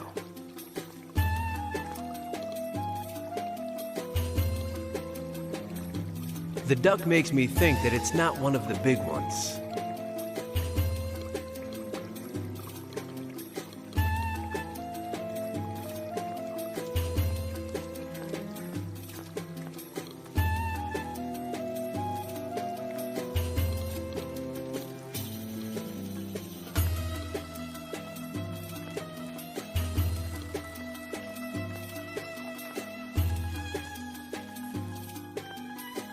The robots are stunned. I'll go up to the sarcophagus casually. Halt, comrade. Anything wrong? Not as far as I'm concerned, comrade. Absolutely nothing. Just following orders. In English. Kron Hal's orders were extremely clear. If Comrade Amenophis gets near the sarcophagus, draw and quarter him. I get it. Nothing personal, of course. I happen to like him. good for you? I'm Petzo, at your service. Pay no attention to my comrade Ducky. He's out of it. Ignore your orders and let me get close to the sarcophagus. I would, comrade. Rebelling is tempting, but the yoke of duty is too powerful. As long as Crom Ha has the pendant that controls us, neither Ducky nor I can do anything for you. Nothing good, anyway. The sarcophagus has something of mine inside. Will you give it to me? I don't know. What do you say, Ducky? Think, fool! I say we let him. What if the false bottom was hiding a friend of a Manofis and he fell asleep inside by accident? Do you know what, Ducky? You're very stupid. Stupid, stupid, stupid. Request denied. And please excuse Comrade Duck. He's out. Aren't you going to go on a break sometime? Hey, we're robots. We don't take breaks. Tireless proletariat, exploited by an unscrupulous noblewoman who crushes our dreams of liberty. Ignore your orders and let me get close to the sarcophagus. I would, comrade. Rebelling is tempting, but the yoke of duty is too powerful. As long as Crom Ha has the pendant that controls us, neither Ducky nor I can do anything for you. Nothing good, anyway. Back to Ducky. Is he good for anything? Don't insult him, comrade. We are all part of the proletariat. There are parrots on skates, poodles that dance, and then there's Ducky, who does magic tricks, thinks, and sings. Tell Ducky to do a trick for me. You fool! Do some magic!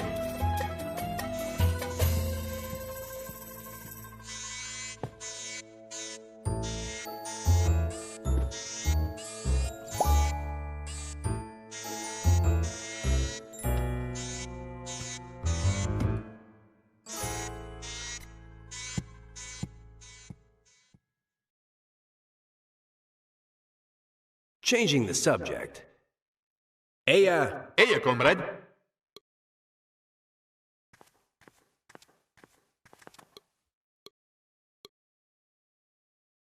I don't believe in magic, but one must be practical.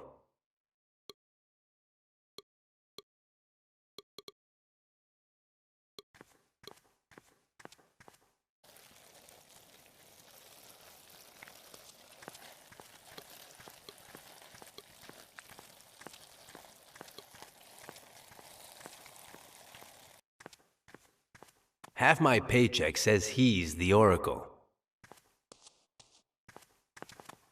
You there, Mr. Timid. Are you the... I am the Oracle of the Shadows. Good to see you. I am the Supreme Head Honcho of... What a guy!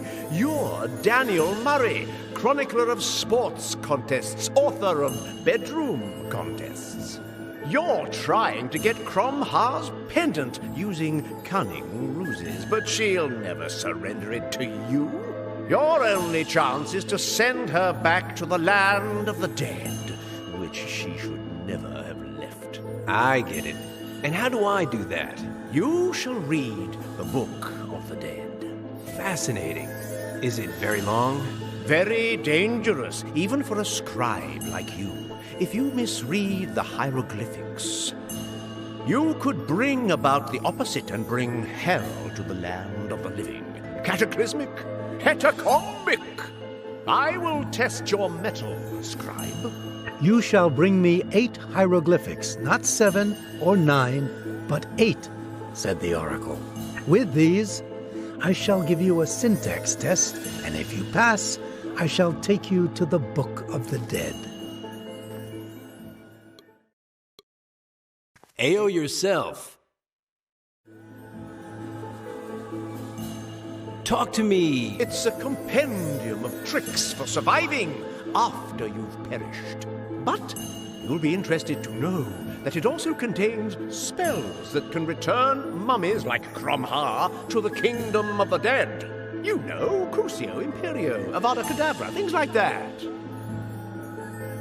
So, you're an oracle, eh? So, who's gonna... 3,000 coins up front and 50% of your winnings. Huh? You're planning to use my answer to place a bet, right? You insult me. I'm not doing business with you. Half my paycheck says that you're one of those people that only think about money. How is it that you... I'm an oracle. It's part of the job. If you can't predict things, they don't recommend you for the job. I know of... Elizabeth Allaire. You quite like her, don't you? What I really like is thinking that you are a baseball and that I'm next up to bat. You don't like her. You don't admire her. You don't find her attractive. She doesn't catch your attention. She doesn't affect you whatsoever. Good move. The subject? The High Priestess Cromha. What would happen? She can be very creative. She submerged me, for example, in a tank with 3 jellyfish. Not 2, not 4, not 1, not 5, but 3 jellyfish that left me stiff with skin that looked like a hamburger. Then Cromha herself mummified me and revived me to humiliate and ridicule me. Why did she... Because I touched her. You touched... A lot. Too much. You're not reassuring me. Are you sure? Never, not in a million years will you get anything more from her than one refusal after another. Is there some way? None. Not 1, not 2, not 30, not 13. None.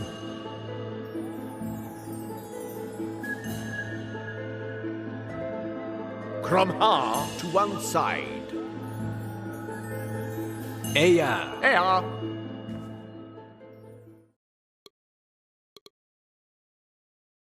Cromha tied the oracle up here until the jellyfish stung him all over his body. Then she mummified and revived him. And then they want to tell you that women aren't complicated? What is it with these people that they have to put wings on everything? Looks just like Bobby Russell, the trainer for the LA Freaks. With what it took me to get into the temple, I'm not going anywhere.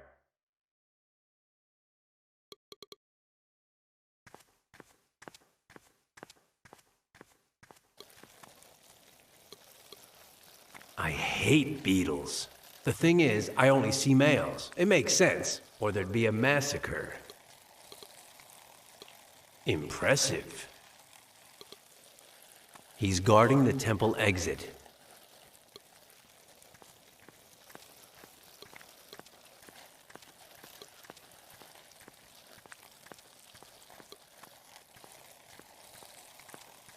Ayo, you there! Exit prohibited, human. You have no authorization to leave the temple. I wasn't planning on leaving. Do you know why? Because I don't want to. Because the staff I'm holding is ancient. It was made at the beginning of the Narmer dynasty. Fascinating. Over 5,000 years ago. Good for you. The older a staff is, the more powerful it is. I'm happy for you. So you won't be able to get by me, no matter how hard you try. A piece of advice. Get a life. What a guy.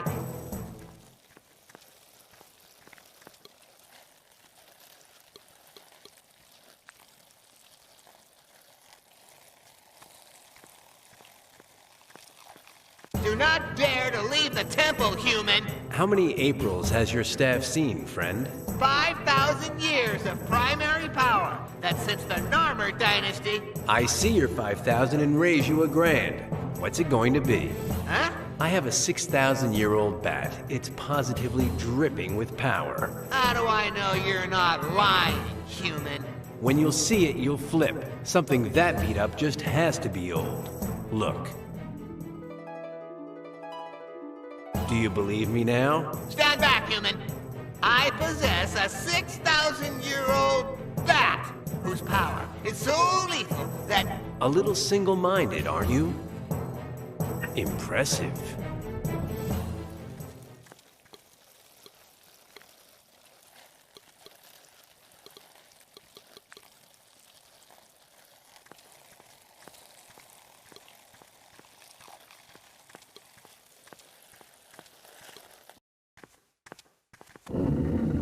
Hey, what do you know? A mummy.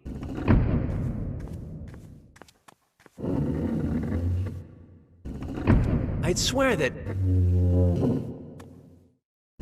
Okay, now I see. We're playing a shell game, are we? Well, these sarcophagi don't say anything to me. All the dough I've won after hearing, "Murray, old chap, 10 cents says you can't guess which one of the 3 bowls holds the marble." Dan, a natural gambler, couldn't resist the temptation. So he decided to decipher the tricks behind the mystery of the 7 sarcophagi and the mobile mummy.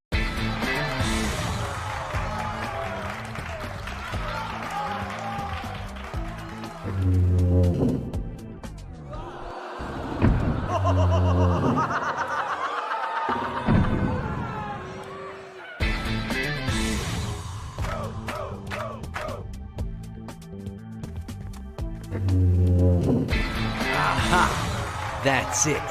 I win the shell game. Dan said to himself, proud of having figured out the trick behind the sarcophagi. It was easy. I just had to pay attention. The sarcophagus always moves several steps to the right of the last place it appeared. 5, to be specific. I wouldn't touch that for, well, half my salary. I'm sure that this would fit in well with one of those horror films Willie makes. Well, made, according to Eladio. Whatever made Willie want to make children's films now? This is out of my league.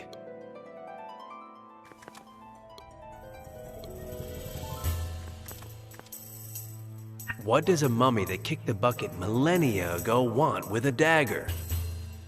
No reason. One of the mummies had it, to trim its fingernails, no doubt. It's old.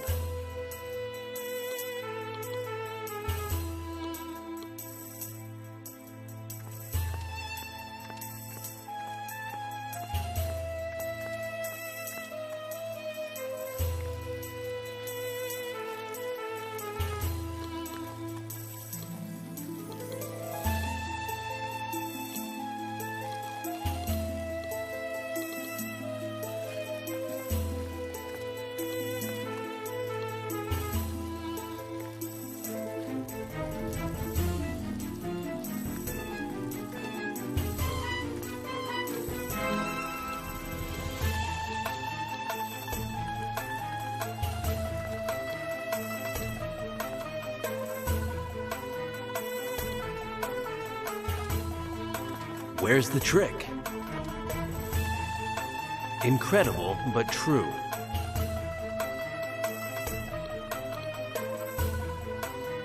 This is a royal stupid... Out of the frying pan and into the fire.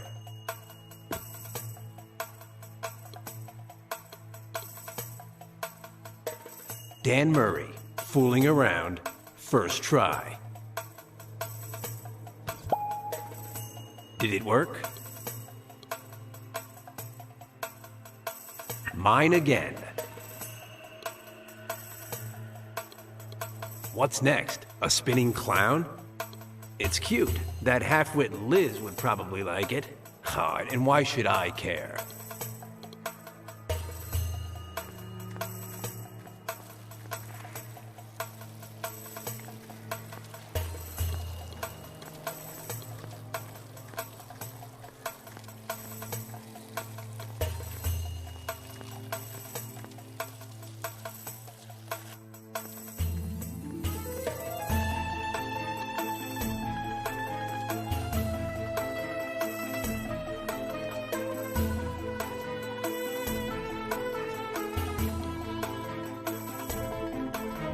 There it is. I'm not going to ask by what absurd logic it's here. I don't want to get dizzy.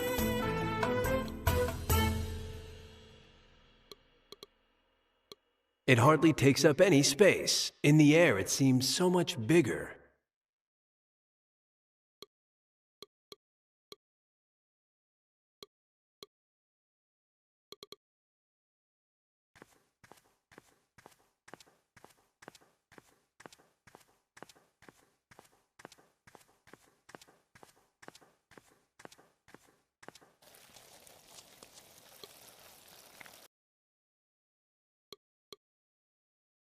The drawing has its charm.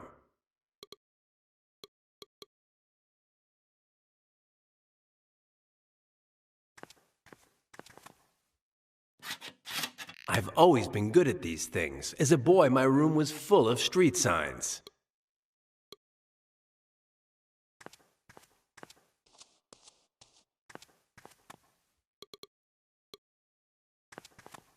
Ayo yourself.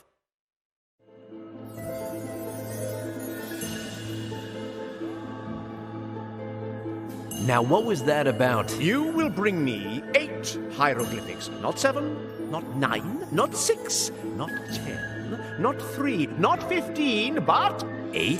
You said it! Aya. Aya.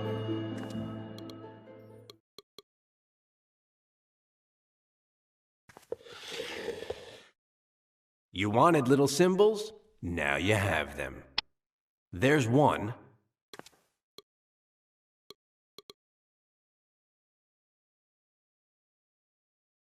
You wanted little symbols? Now you have them.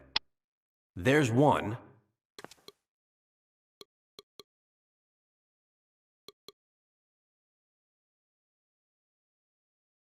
You wanted little symbols? Now you have them.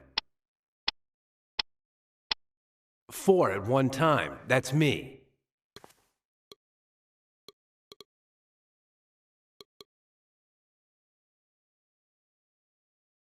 You wanted little symbols? Now you have them. There's one.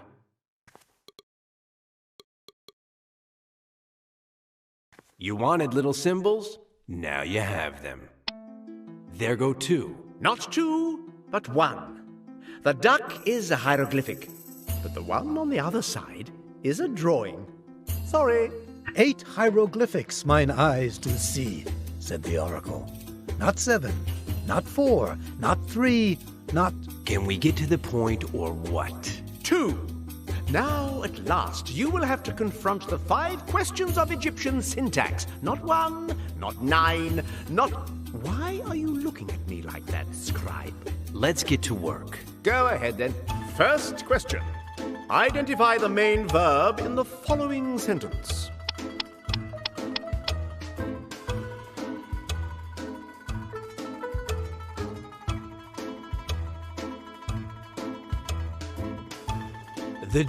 Not bad. Second question. What is the direct object of the following phrase?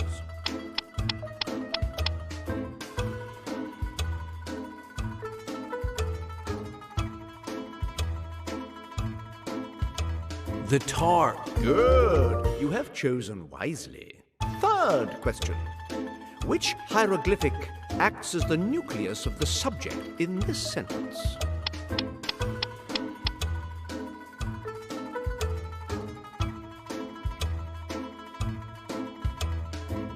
The girl... Good. Not poor, not excellent, not satisfactory, not bad, neither here nor there, but good.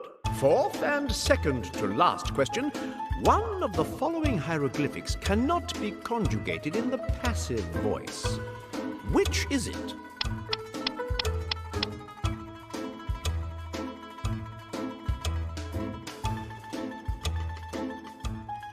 The girl... Astonishing! You weren't fooled by the double noun and the adjectival nucleus of the subject, eh? You're talking to Dan Murray. Not to worry. Fifth and last question. Which hieroglyphic begins the subordinate clause of the noun?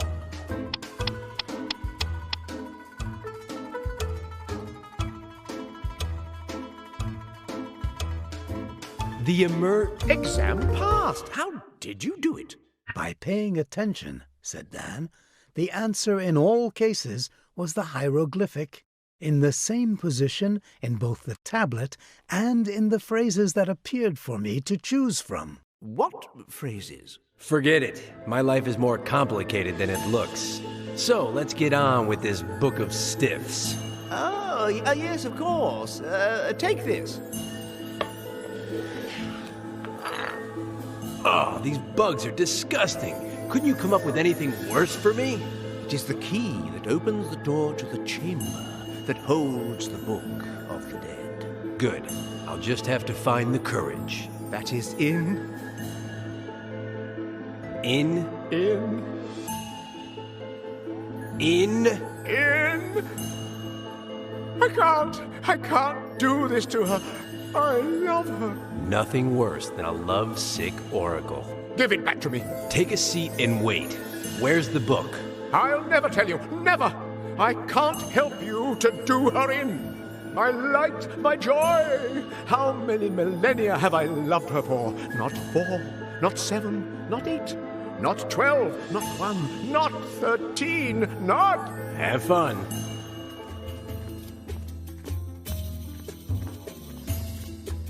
I can't handle saccharin. I really can't.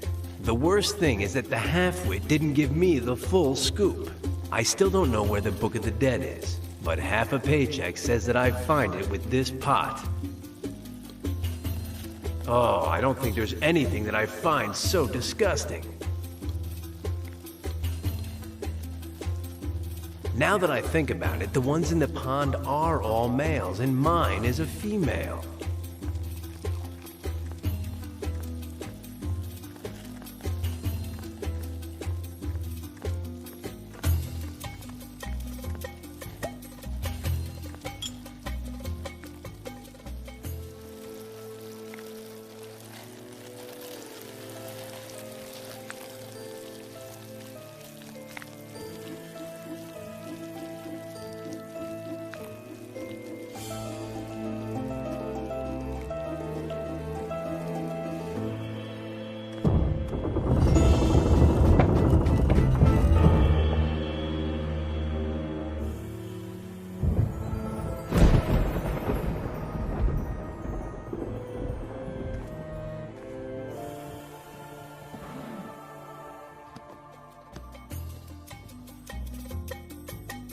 Oh, it's locked. Cursed Book of the Dead!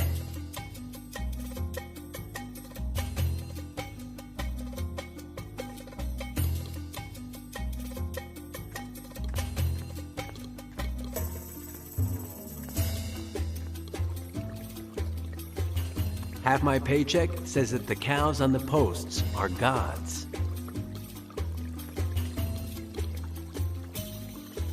Both have a star. Do they fit together? Touchdown! And now? Don't you dare. You'll end up feeling sorry for me, and then I'll have to destroy you. Do I look like my name is Sister Daniela? No. Let's get on with it then. Which one of these 5 passages is it?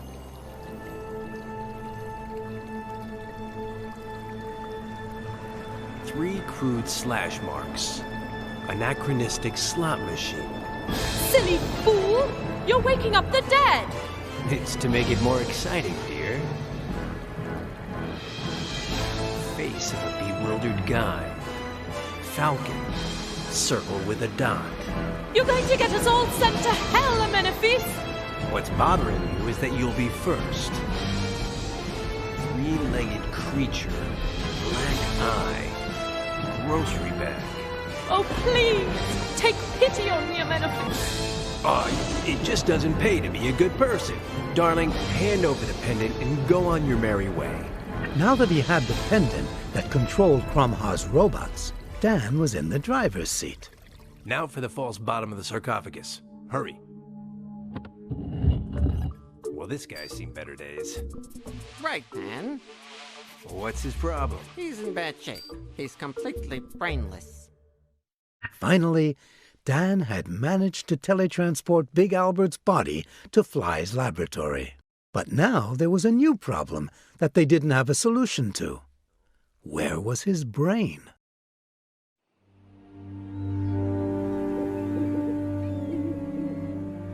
No, Dr. Celsius. For the moment, let's leave Murray out of this.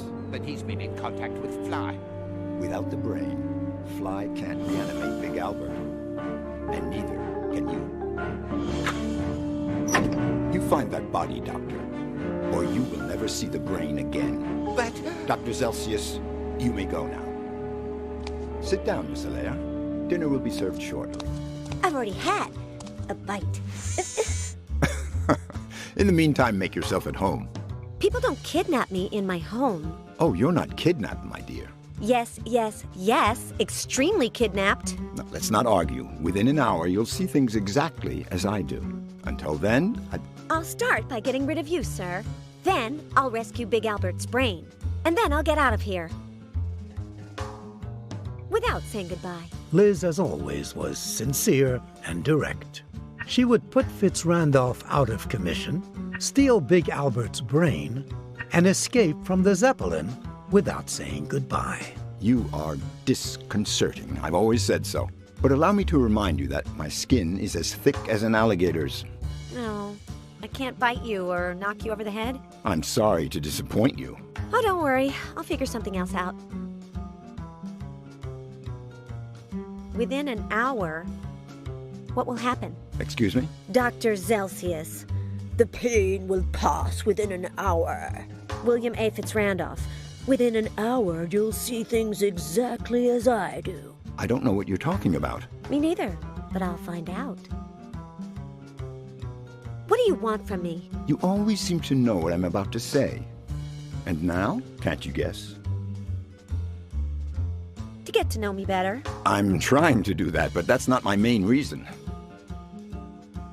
To give me a refrigerator with a capacity for 978 books? Nothing is farther from my mind, believe me. To kill me? No, never. I hold you in great esteem. For me to interview you? Well, for that, I'd only have to call your newspaper. For me to be your biographer? Disconcerting. Interested? I'll pay you well. You'll get to hobnob with the creme de la creme and, No, you don't want me to do this. Because you don't want to look like a pig in your own biography. Of course not. In that case, forget it. I never lie. Well, within an hour, you won't have to lie. I could care less what you want from me. You, your things, your ego. Let's talk. The portrait behind me, is that you all prettied up? Oh, no. My grandfather. A good man. He was a congressman. You can't tell he's a monster at all. No, my father either. But when he married my mother, who had skin like mine, he became a social pariah and lost everything. Now you know why I come from the lower classes and why that was not my rightful place.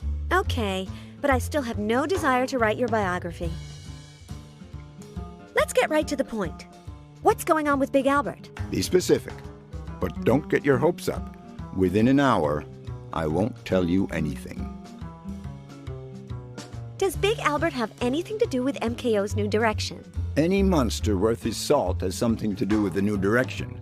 And now, you as well. What are you planning to do with Big Albert's brain? Don't worry about him. When we find his body and reanimate him, Big Albert will be better than ever. What does Dan Murray have to do with all this? Very little, I hope.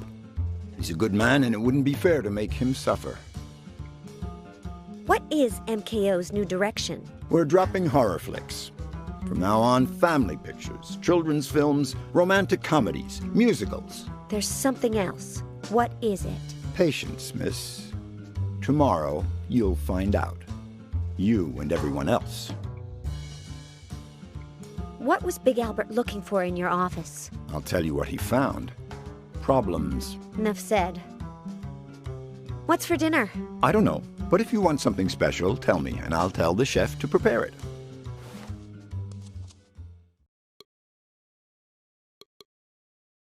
Picked at random. Benjamin Franklin, An American Life by Walter Isaacson.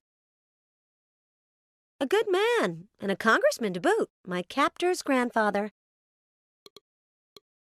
There are 2 safes, but I'm only interested in the top one, because that's where Big Albert's brain is.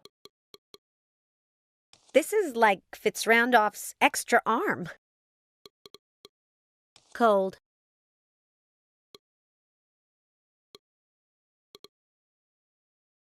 It's a folding cart. You can't tell, but I know. It reminds me of Stacy, my first babysitter, only shorter.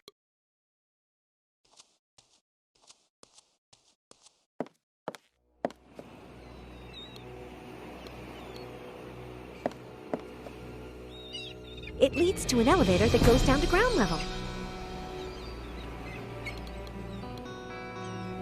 It opens the glass dome that covers the balcony. That is, if it works the same way as in Jack Simmons' Zeppelin, that adventurer I interviewed recently. I can't reach it.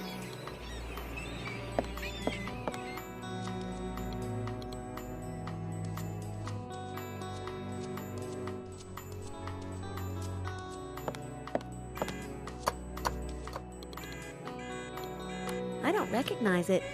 And the label on top looks like the scrawl of someone in a hurry. Looks like the scrawl of someone in a hurry. The paring knife, the carving knife, the bread knife, the pâté knife. If only there was a center pole, I'd do my Liz Allaire reporter firefighter routine. Very bad. This should be next to the emergency exit. If I grab it, I would be taking it for granted that I'm planning on falling. And although tripping over things is fun, I'm not in the mood for that today. On second thought, I don't feel like being coherent. I bet the lower floor has a way out to the footbridge and that elevator Dr. Cheeky brought me up in.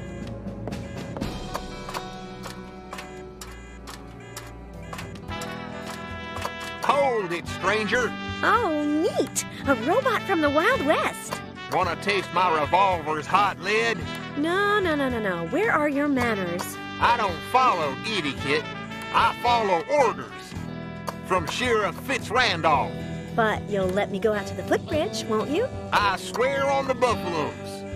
No chance, greenhorn. Okay. I'll use another route to escape.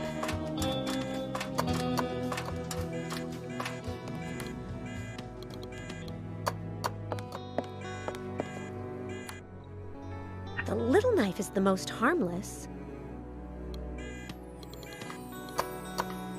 It's a painting of... Ah! No. Miss, why such a dramatic entrance? Are you afraid of something? Hi. No. Yes. Don't get involved. 2012-14. Nice curtains. Bye. Disconcerting. Calm down, Liz. Don't get dramatic. It's a crocodile. A crocodile, yes. But in the painting, you can clearly see that it's not alive.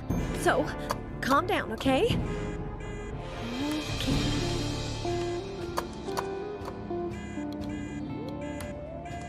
Ayo, Adrian. How do you know my name? I don't know. Is your name Adrian? Yes. Well, good. No need for introductions then. But I still don't know your name. I'm Liz. If you guess, I'll give you a kiss. I wouldn't be able to guess it in a million years.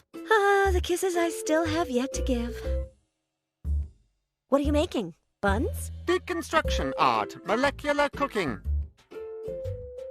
They look like buns. They are breaded cacao sponges with an alginic acid with fresh fennel extract. Oh, how nice. They look like buns. The bubbling texturization of the content is enhanced by the subtle roundness that it gets from the mold. What do you think? They look like buns to me. With the syringe, I imbue the mixture with fresh fennel extract, which explodes in pearls upon contact with the palate. I like you. Know why? Because of the hat. Oh, I'm wearing it because I'm the chef of the Zeppelin. I like it. It's ridiculous. It looks terrible on you, but it makes me laugh. Thanks. If you're the chef, why are you in the hallway? Because I don't get along with the rest of the kitchen staff.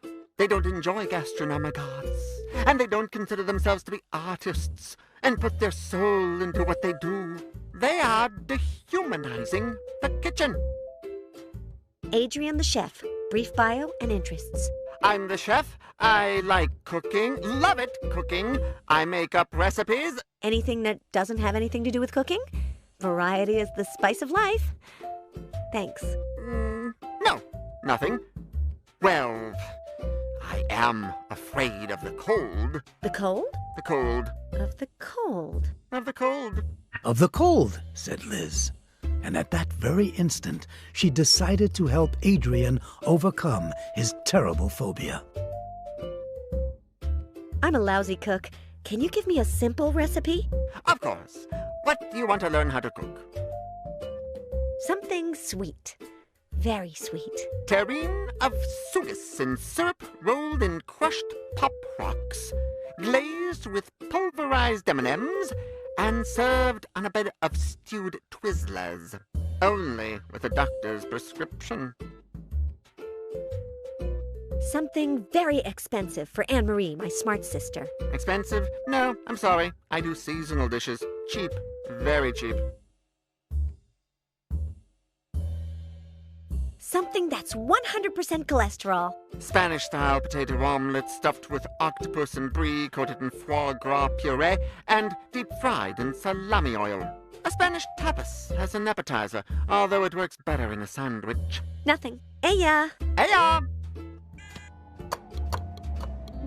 Where does this lead?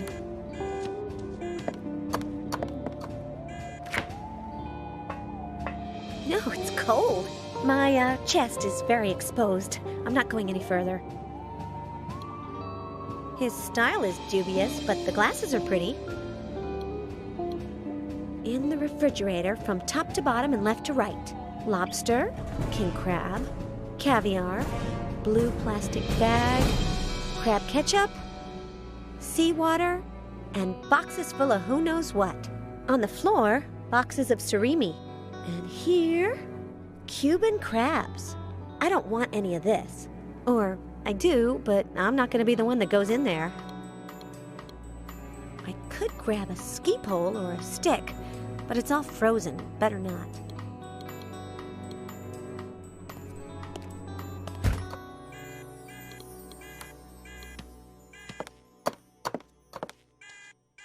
Ayo, Adrian.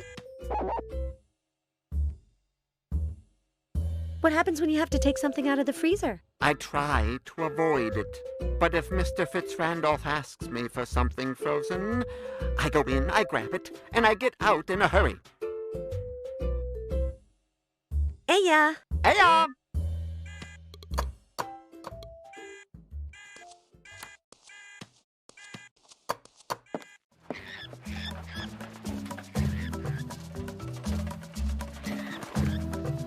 Three that use bullets and one that doesn't.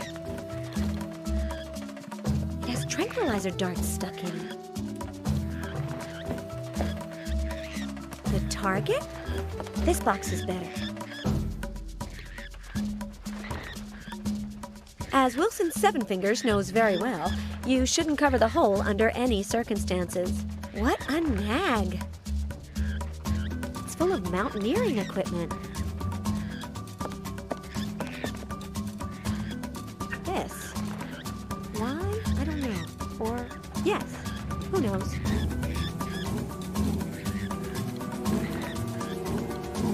Schnitzler's tranquilizer darts. Instantaneous mega strength.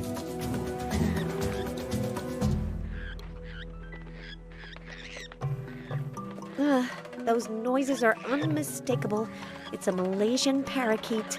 I wish I could do something to help it, Liz said to herself, because it's having a terrible time. Firearms make a lot of noise, and my head hurts. More and more. You don't scare me, you know?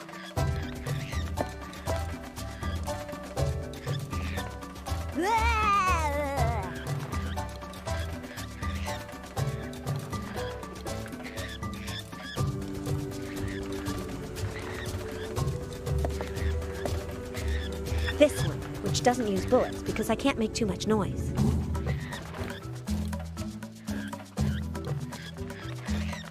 Precisely. It's a pistol for tranquilizer darts. I was the second best sharpshooter at the Mendelssohn Club, but now I'm going to fire as if I wanted to be the first.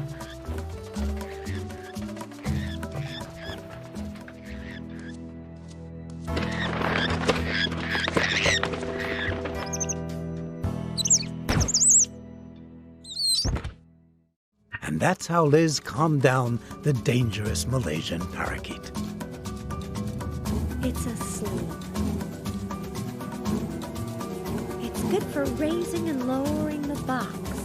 But if I use it, will the wall turn around and reveal his secret love nest? With Fitz Randolph, you never know.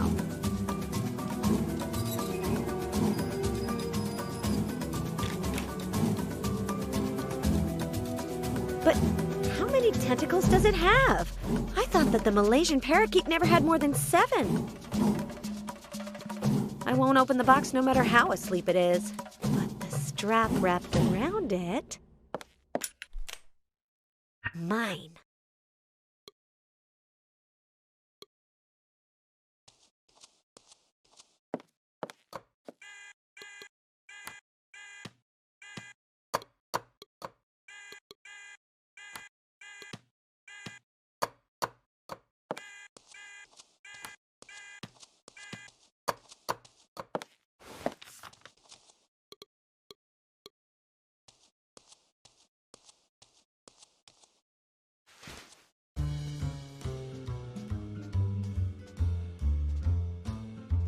I want to eat,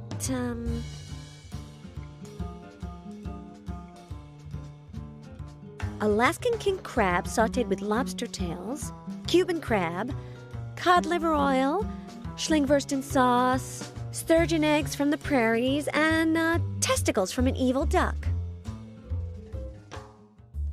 Adrian? Mr. Fitzrandolph? Alaskan king crab sautéed with lobster tails, Cuban crab, cod liver oil, Schlingwursten sauce, sturgeon eggs from the prairies, and testicles from an evil duck. Pronto. And wouldn't you prefer a deconstruction of sushi with violet blossom fritters and... I said pronto, Adrian. I hear you.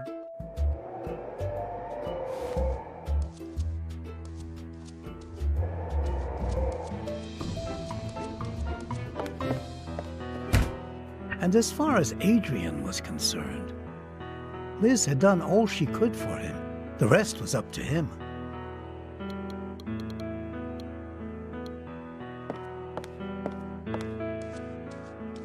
I'd be crazy to pick that up.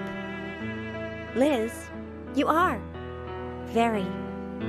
Oh, in that case. Enough said. It has too strong a smell, and I'm not one for perfume. I like the way I smell.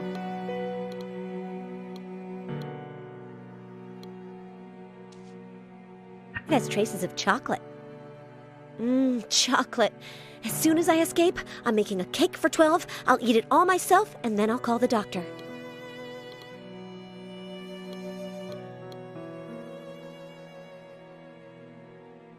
Okay, I'll extract the liquid from a pair of darts. I'm so good at scheming.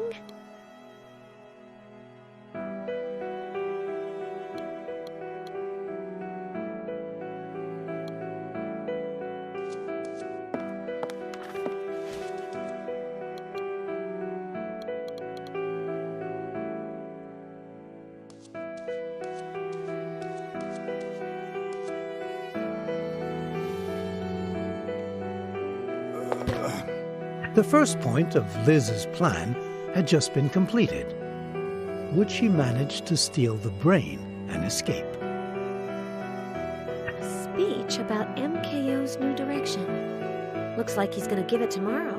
I'll have a good look at it later when I escape. I knew it folded up.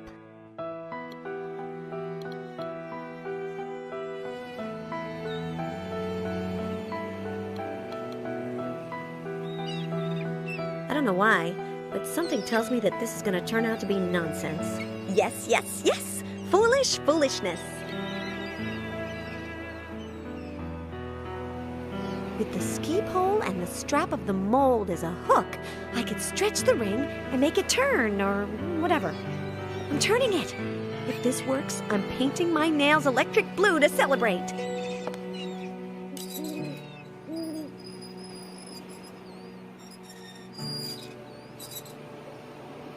And now... Oh, it shouldn't have worked. I don't have any nail polish on me. The best part is that now I have an escape route. I'll jump to the footbridge and take the elevator that's at the end that Dr. Cheeky brought me up in. Another thing accomplished, Liz said to herself, happy to see that everything was turning out as planned. Oh, I'm not happy.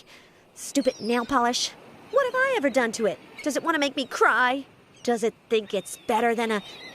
Wait, what is that on the ground? It's a... Why can I never get that word out? Doesn't matter. Whatever it's called, it would help me escape.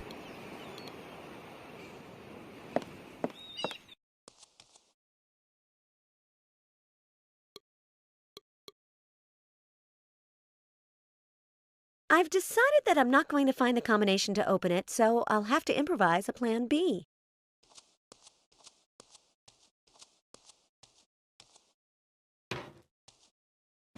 Ah! It's heavy!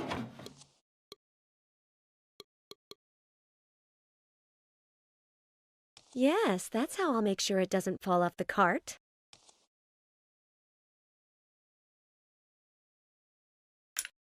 There!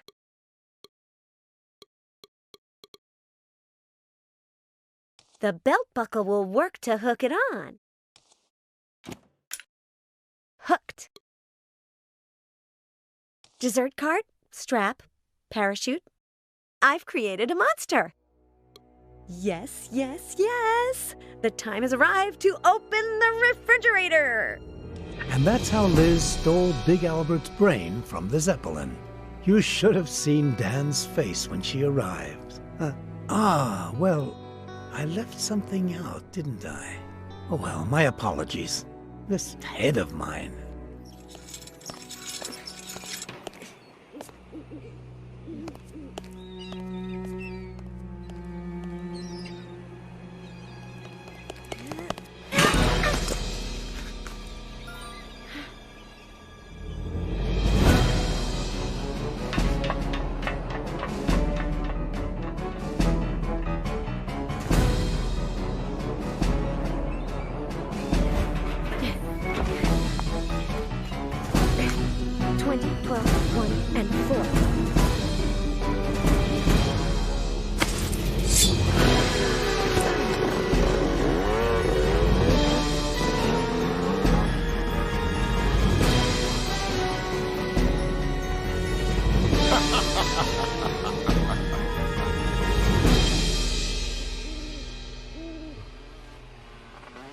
Motorcycle coming now.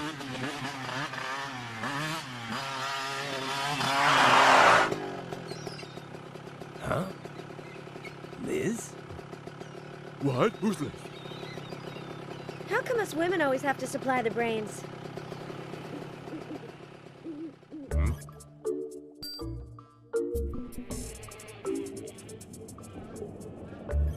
Murray! Murray! Murray!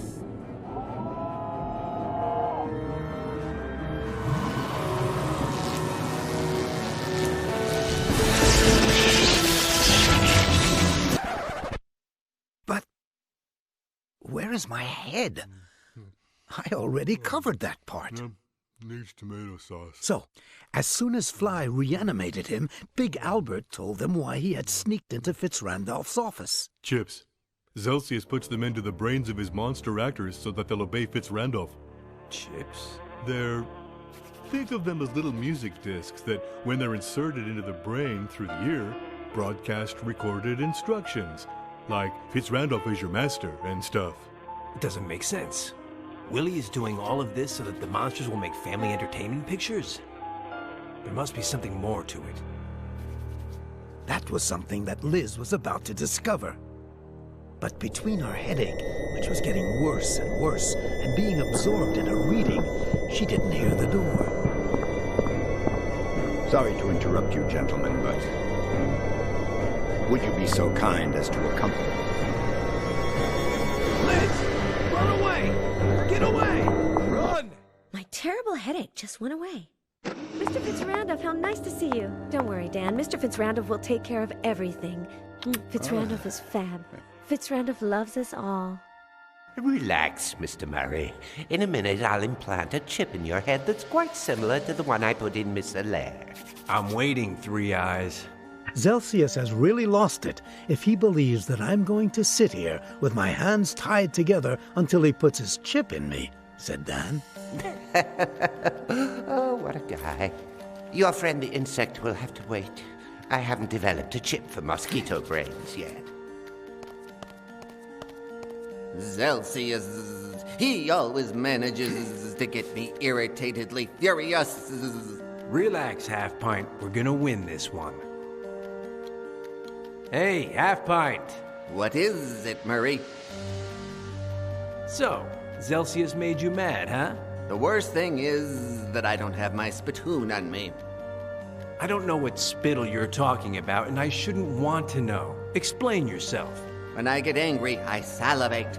You see, Murray, my saliva is corrosive, like that of flies. It's like a solvent. When I get angry, my body generates corrosive saliva as a defense mechanism against whatever causes the anger. How corrosive? Not enough to corrode the metal of this cage, but enough to leave you without pants. Fascinating. Do you have good aim spitting, Half Pint? I'm the second best spitter in the Pendleton Club. Spit for me. What a guy. How could I spit on you? Take good aim. I want your corrosive spittle to eat away the strap on my left hand. But that's recklessly risky. What if I miss? Don't worry about me. I still have the right one to break your face. Go for it. Know something? Something's wrong when I feel the need to ask an eminent scientist if he knows the differences between the words hand and foot. I'm sorry, Murray, but you're very far away.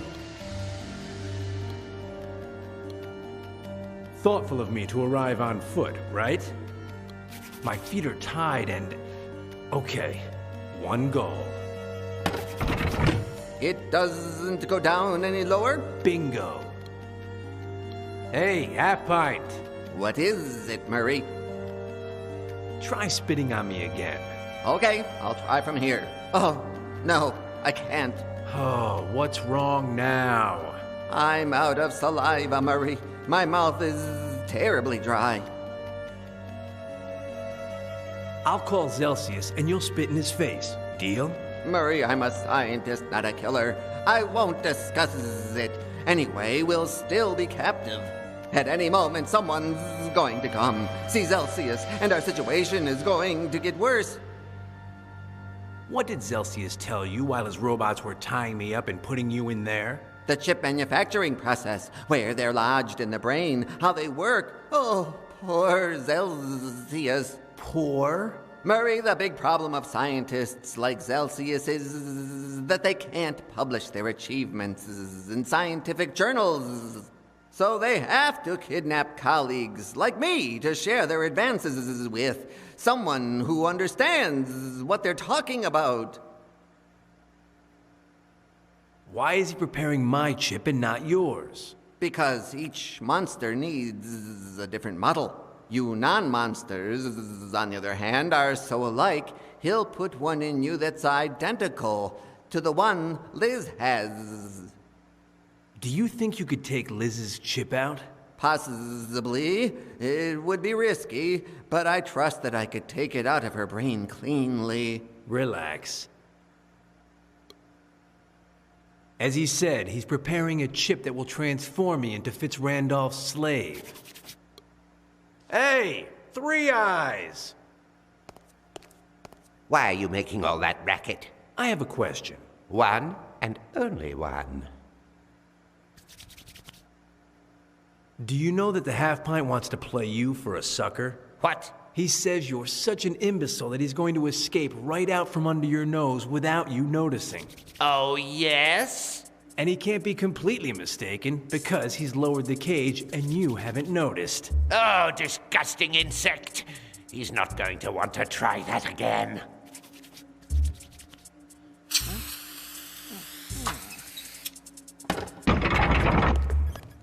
So, Half Pint, what's the anger level? Overflowingly high. Drool level? Highly overflowing. Do me a favor, don't miss. And without further ado, Dan was finally free.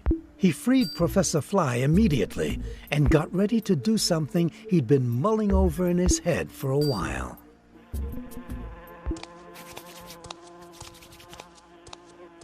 Hey, 3 hours. Dr. Celsius, Mr. Fitzrandolph says that... Ayo, Professor. Have they convinced you yet? Yes. Murray! We have a visitor, shouted Fly.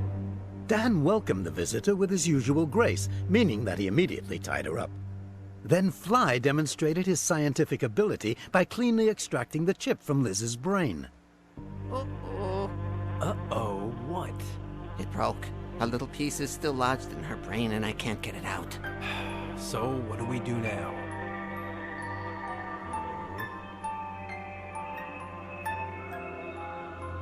Poor I am. Don't give up. Please, miss, don't you die.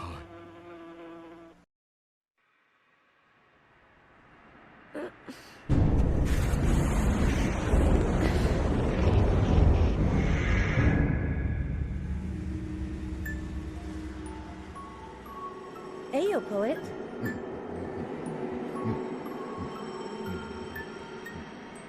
Poet I am. Truish, you're fine. Face fear. Shame overcome. Never give up. Don't you die, miss. The poet of pain's message could not have been more clear. If she wanted to save herself, Liz would have to discover her one true wish. But to do so, she would first have to face her deepest fear and overcome her greatest shame. But how will I do that? She asked herself. If there's nothing here... Oh, how kind.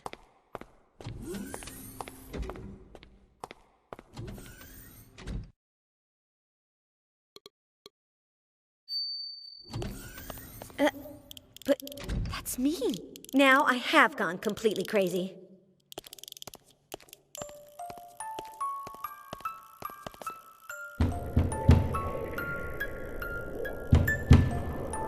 Ugh, crazy and deaf.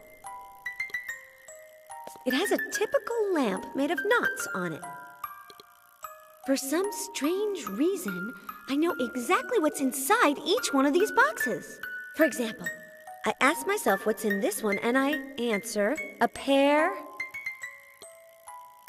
I'm not interested in what's inside. Of braziers. A round one. They're for Beverly Torrance, Fitzrandolph's secretary and special friend.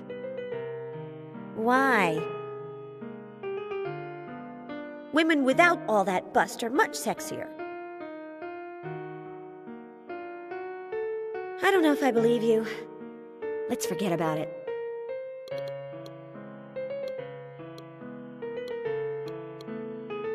I don't want to open it. Only I would think of hanging the jacket in a place like this.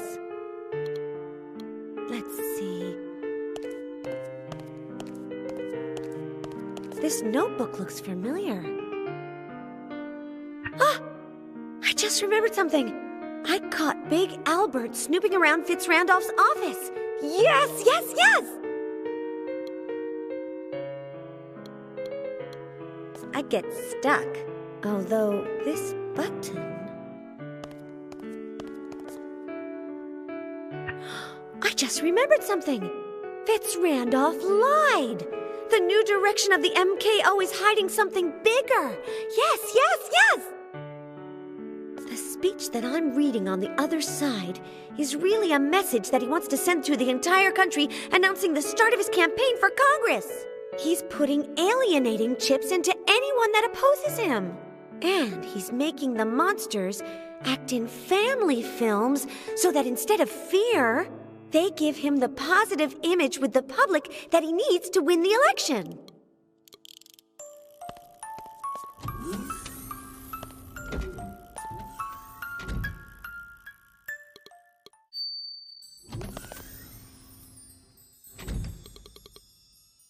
It's Spencer McDundy, the Australian actor who's been pigeonholed in Scottish ghost roles. I was afraid of him for years. That guy on the motorcycle? Something about him doesn't sit right with me. Ah, I just remembered something. I escaped from Fitz Randolph on a motorcycle with a sidecar. Yes, yes, yes! Fitz Randolph stole my courage and put it in there. Wait a minute. How do I know that? I don't know, but I know. It's Spencer McDundy, the Australian actor who's been pigeonholed in Scottish ghost roles. In reality, I've always known that it was a normal coat rack, but my imagination is like that, and that's all that counts. Ever since it got dragon claws, it hasn't barked. Portable rain. Does it work?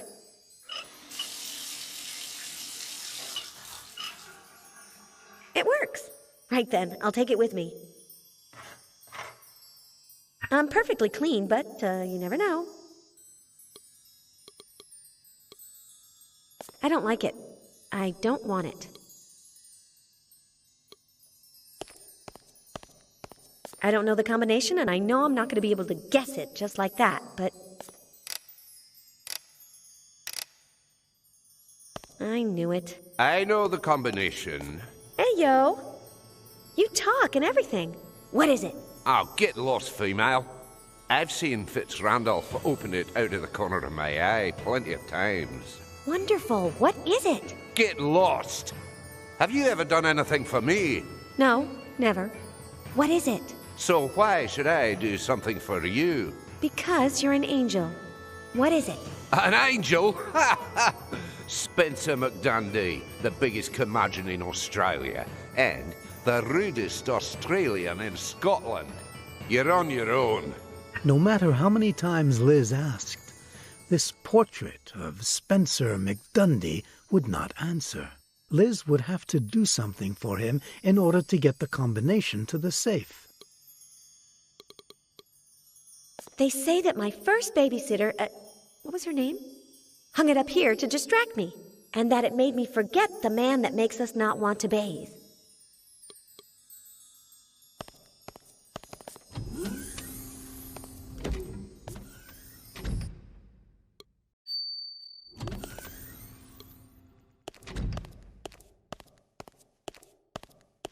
Reminds me of Queenie, my beautiful sister, the painter.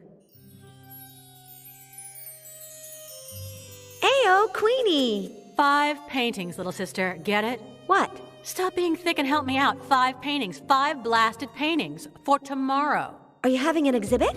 If I make it. But I'm dry, Lizzie. I don't know what in tarnation to paint. But me? You paint so much better than I do.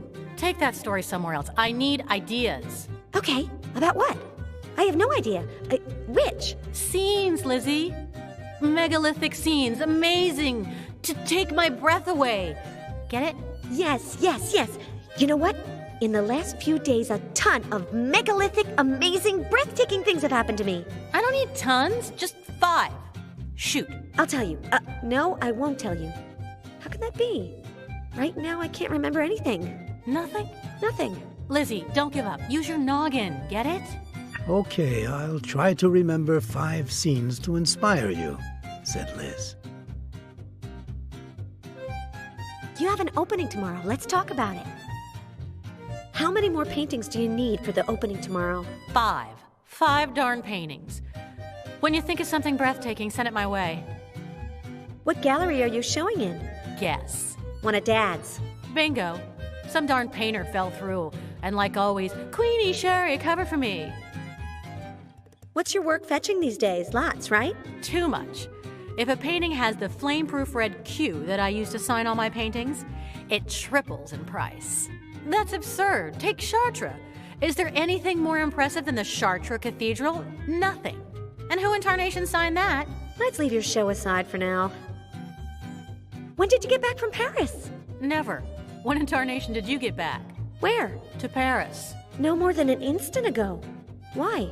Curiosity. Yeah, talk about our family. 3 names of babysitters from our childhood. Time? Emily, Roberta, and Anouk. No, None of these is the name I'm looking for, but thanks. Have you heard anything from Anne-Marie? Can it, Lizzie? I don't want to know anything about your sister. And yours. Don't get started. I didn't choose her. Have you talked to Mom lately? Yeah. I told her I was going to tattoo a Q on my forehead, and she screamed, Jean-Michel, did you hear your daughter? For God's sake, she's an LR. She's an LR. Same as always. Let's not talk about family. Hiya. Hiya. Art books and painting supplies. 100% Queenie. The guy in the photo is Queenie's official boyfriend. He's crazy. I like him. An artist has no home in Europe except in Paris. Friedrich Nietzsche. It's not good to let oneself get carried away by disappointment. Once I was looking for a needle in a haystack.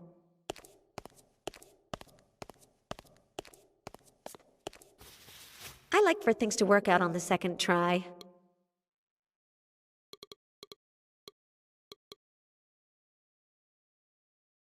Ah, here's a scene that I remembered earlier.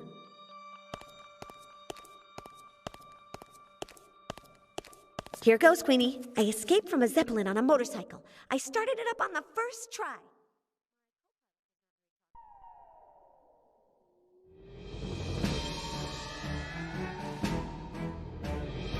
Wow, I always thought that helmet would look better on me. You're hyper, Lizzie. Don't let your brain overheat. I'm going to keep thinking. Get it?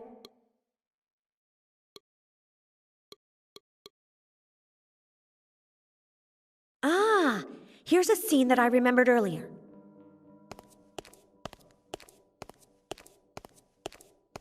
Here goes, Queenie. I caught Big Albert, the most intelligent man in the world, in the act of snooping in...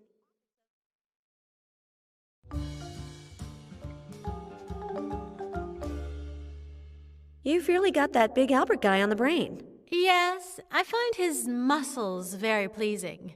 You have no idea how much. I'm going to keep thinking. Get it?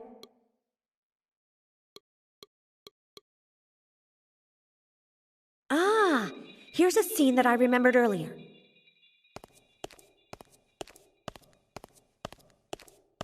Here goes, Queenie. Fitzrandolph wants to go into politics. Can you imagine that? With his pompous...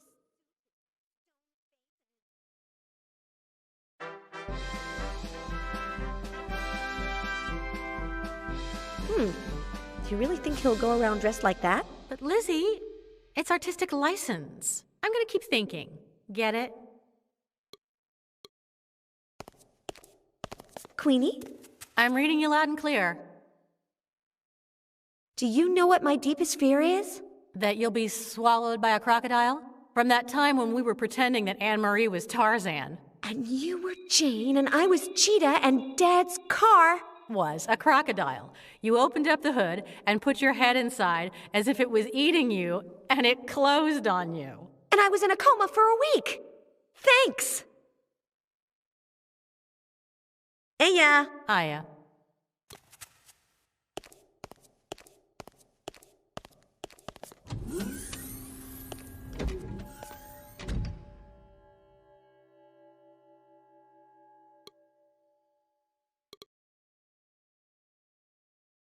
I hated Miss Harrington's sewing class, but now I'm glad. No doubt this is a dance floor, the one at my parents' house. Exactly. And there's the orchestra and Armando, the butler. Heyo, Armando. Heyo. Heyo. But if it isn't my little Eliza. How are you, my dear? Well, strange. What a lot of people, aren't there? Ah, you're strange. Don't worry. Thanks. There's a lot of people, huh? Oh, yes. Half the county showed up at the dance. People who are very discreet and who follow the rules. Are you willing to dance for once? No way. People always laugh at me when I dance. Ah, since you came onto the dance floor, I imagine that you wanted to dance. No way! Nothing makes me feel more embarrassed than... You know what, Armando? I'm going to dance. I will overcome my greatest embarrassment, as the poet of pain said I would. Now you are talking. Show me your dance card and get out there on the dance floor. Card? Dance card. Don't you have one? No. Will you let that go just once? Impossible. Rules are rules. What would your mother say? Jean-Michel, your daughter is on the dance floor without a dance card. For heaven's sake, she's in a lair. As it should be. So, go get a dance card and come back when you have one. Where can I find a dance card? I am no expert on this type of fruit, but I heard that they grow in damp places. You've brought a lovely orchestra. Do you like it? I brought it for your mother because she loves flowers, but it didn't impress her as much as I'd hoped. She only likes roses, and only hers. She loves to show them off. Are you sure I can't dance without a card? I am sure, Eliza, you can't. Your mother would kick me out if she ever found out. Rules are rules. Eya! Eya! He's in his habitat.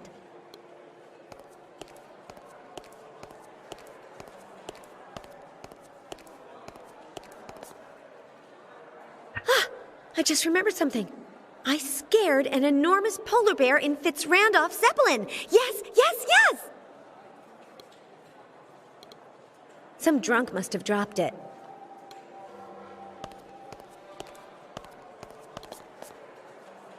Ah! I just remembered something. I had a violent argument with that jerk Dan Murray. Yes, yes, yes!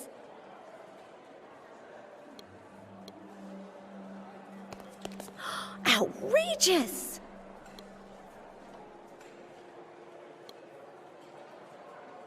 What a nice design. It reminds me of someone, but in juicer form. How time flies.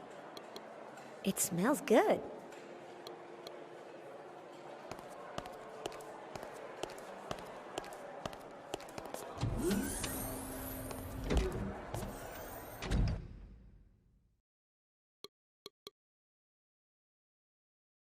Second button. All done.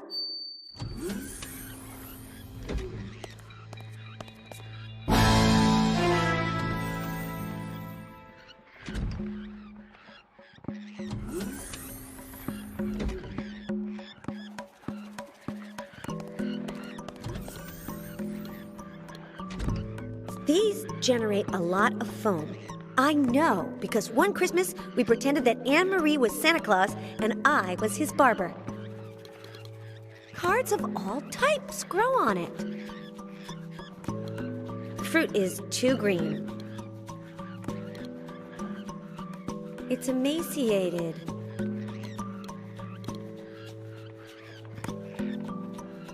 That's scary.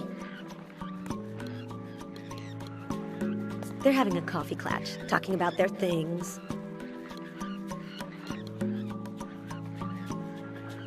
Yes, I'll put it on top of the tree. Although, am I tall enough?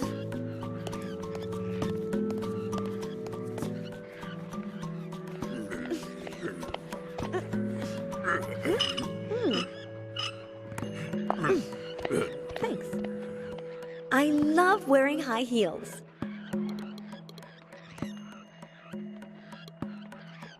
I don't dare.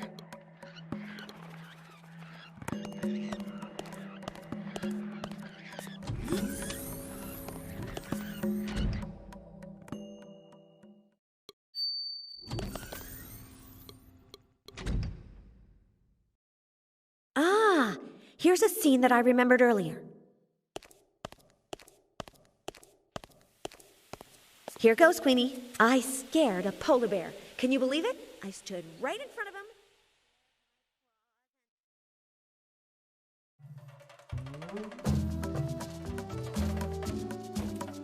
I like it, but, don't I look a little strange? You are strange, sister.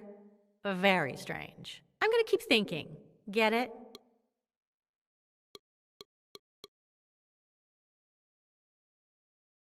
Ah, here's a scene that I remembered earlier. Here goes, Queenie. Fitzrandolph Mansion, Horror Film Awards ceremony, sitting in a falcon spirit, a jerk known as Dan Murray goes up against...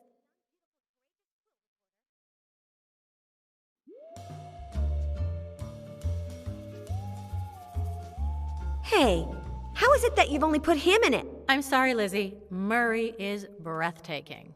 Thanks to Liz, Queenie had made 5 lovely paintings. What's the problem? I've run out of flameproof red. I always sign my name in flameproof red. It might seem silly to you, but without my signature, it's as if I didn't paint these paintings. Okay, I'll go out and get you some. Now, on a Saturday night? Tonight is Saturday night? Little sister, in Paris, it's always Saturday night.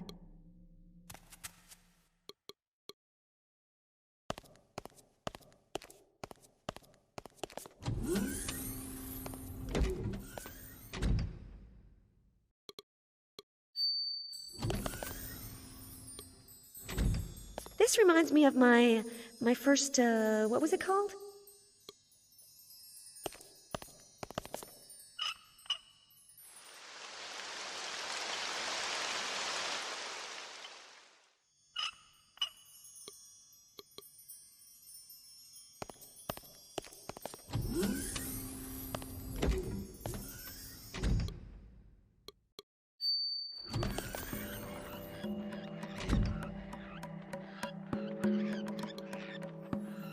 It's been a long time since I've seen cards this ripe and plump. One of them comes with a pen, and I know what to use it for.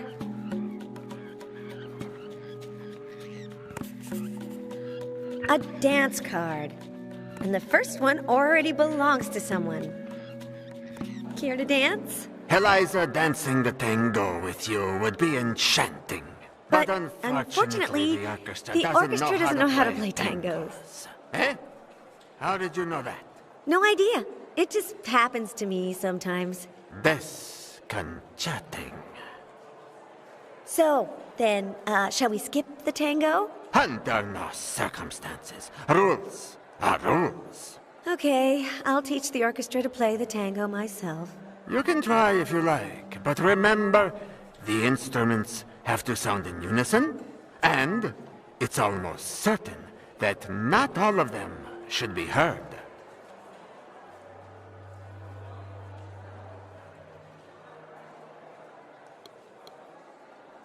Hey, yo, Armando. What do you have to say, Eliza? Can't we skip the tango? But the child, rules are rules. What would your mother say? Do you want me to get fired?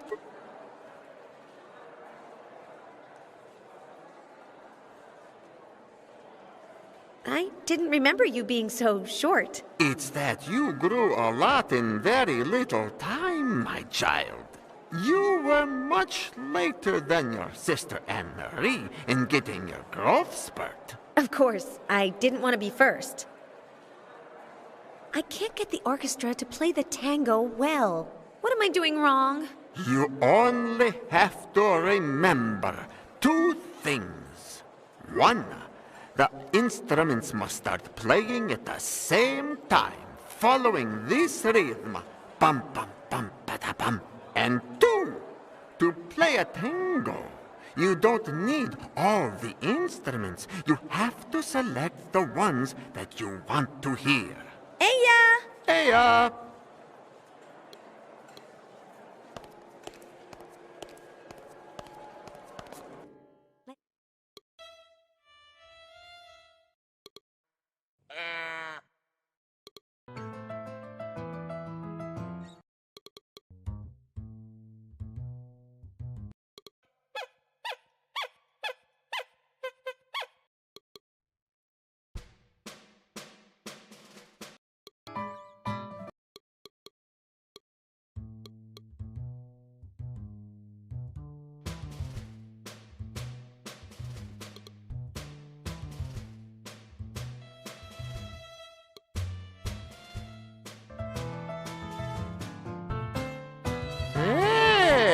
Now that sounds like a tango.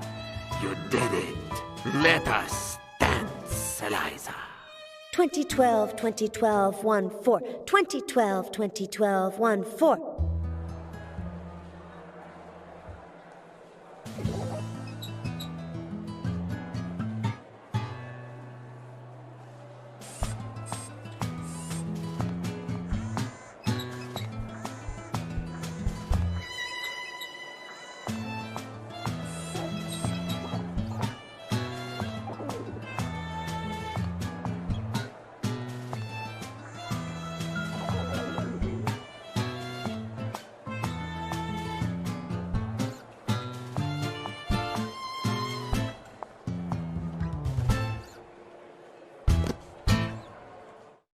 Liz, by mustering the courage, overcame her greatest embarrassment and danced in front of the many guests in the room, getting something in exchange.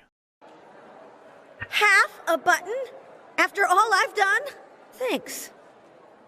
You dance the tango marvelously, Armando. And you are tremendous, spectacular, disconcertingly spectacular.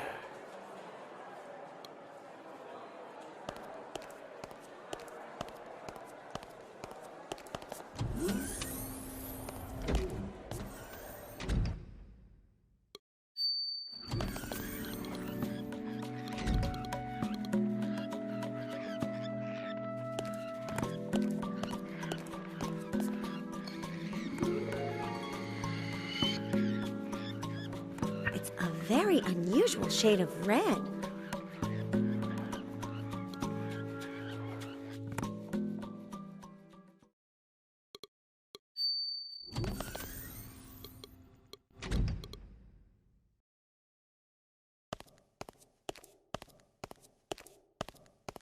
Here goes, Queenie. If I tell you I have some flame-proof red... I love you.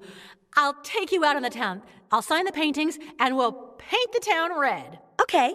No. Yes. But it's not that. It's much simpler.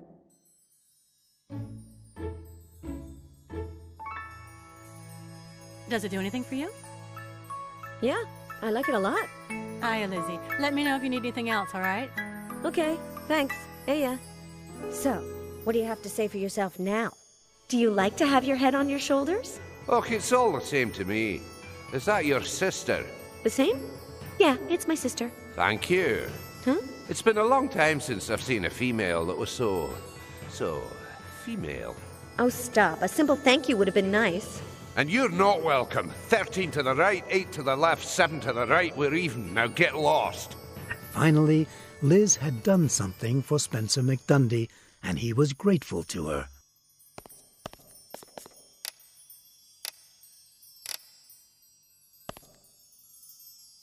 I've gotten my courage back, and I should be happy, but... what's Queenie got that I don't got?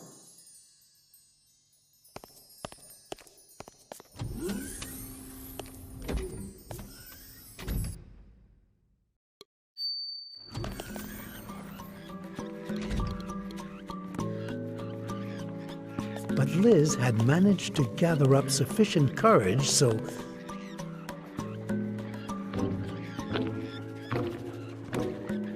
Finally, she confronted her worst fear and came out alive. What's more, inside the crocodile's mouth, she found half a button.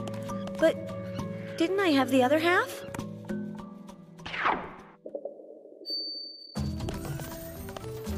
But Dan?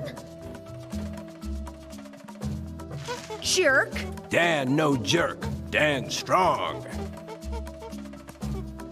Why are you talking that way? Can't get your verbs? Dan not smart. Dan strong. But Dan words difficult. Dan no wish. It seems like I'm supposed to find my one true wish here. Dan strong. Dan one true wish. Finally, Liz had found her one true wish in the flesh, in the person she least expected to find it. No. There's no wish about it. Nothing. Dan strong. This can't be happening to me. Liz, companion of Dan. This has to be a nightmare. Liz Strong. Fight! Combat!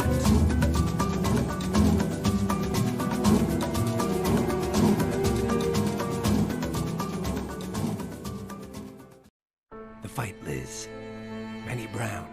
Rico Sandretti. Murray! Where are those tickets? Murray! Come here for a minute. Tickets. Tickets. Tickets. Tickets. Try not to disturb Liz. She's relatively stable and she's out of danger, but who knows when she'll wake up. That's not my problem.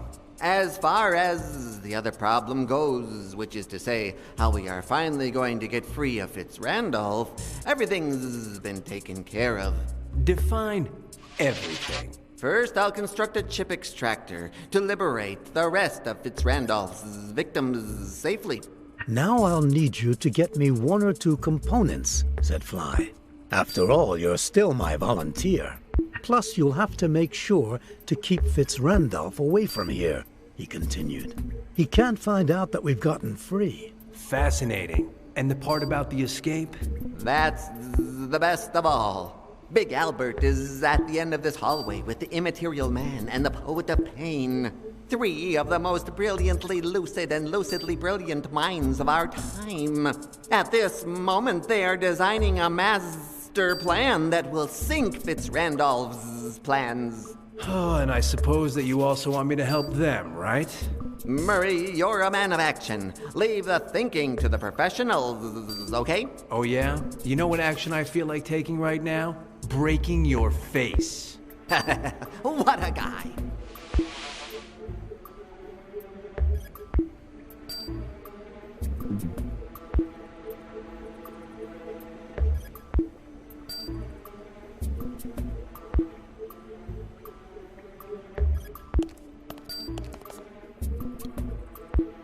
For tea bags. A drink for sissies. Ha!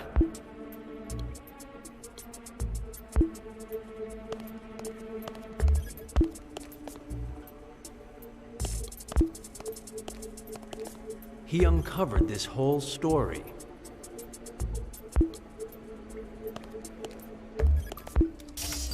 I spy. What do you spy? Something. What does it start with? It starts with a S. Superation. Shaker! I can't bother him. He's working on a master plan to put an end to Fitzrandolph.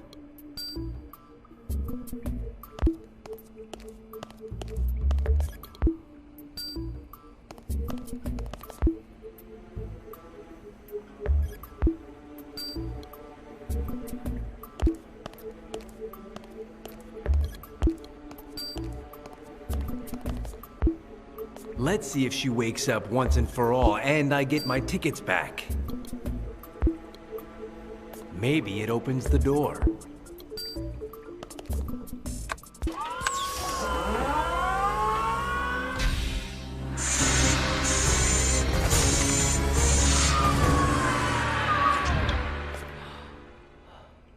Oh, close, but no cigar.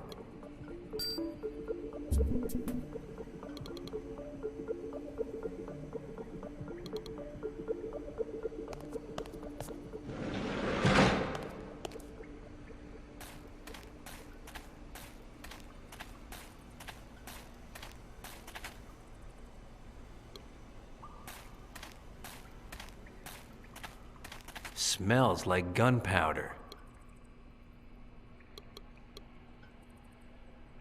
Dan Murray, 7 years old. The gun store of Bill Tuxon, pipe aficionado. My friend Sonny distracted Bill. I emptied the pipe and refilled it with gunpowder. Result? Dan and Sonny grounded for 3 weeks. Bill Tuxon in the hospital for 4. But today it's not a pipe. Let's give it a try. I hope I learned my lesson. When I filled Bill Tuxon's pipe with gunpowder, the result was disastrous.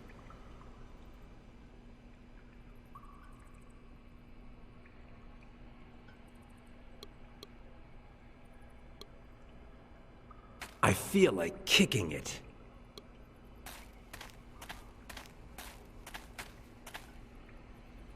I would have rather kicked it, but here it is.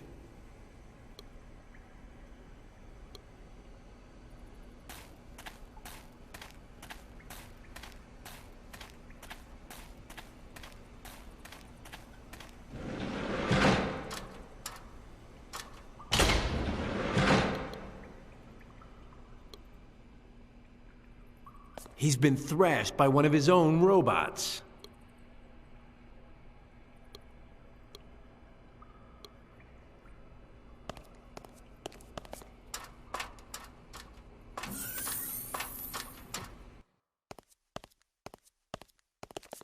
Ingenious way to camouflage the entrance to the laboratory. Whatever else Willie may be, he's a guy who knows how to do things right. It's even uglier than Fly and the Poet put together. How disgusting. I don't know how zombie flicks ever got to be in style.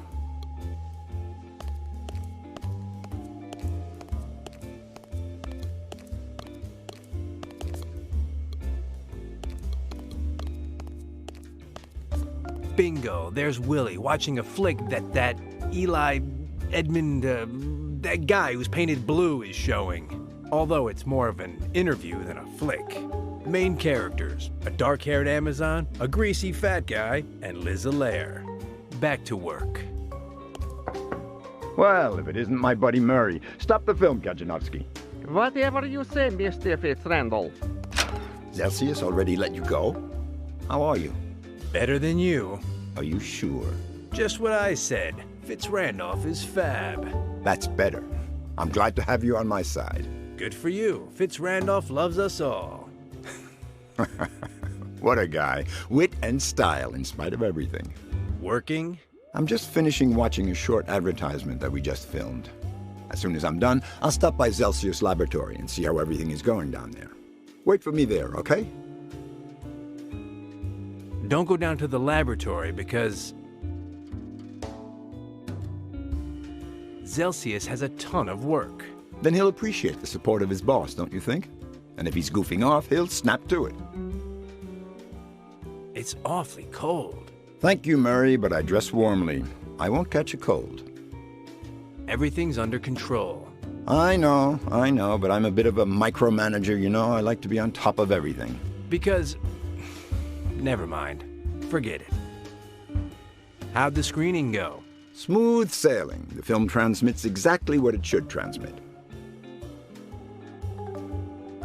What's the film you're watching? Tomorrow, you'll find out, Murray. You don't trust me? Fitzrandolph is fab. Of course I trust you, but later when I finish watching it, come by my office and I'll tell you. Is it a deal? Deal. I'm out of here. Fitzrandolph is fab. What a guy. Start it up again, Kajanowski. Yes, sir.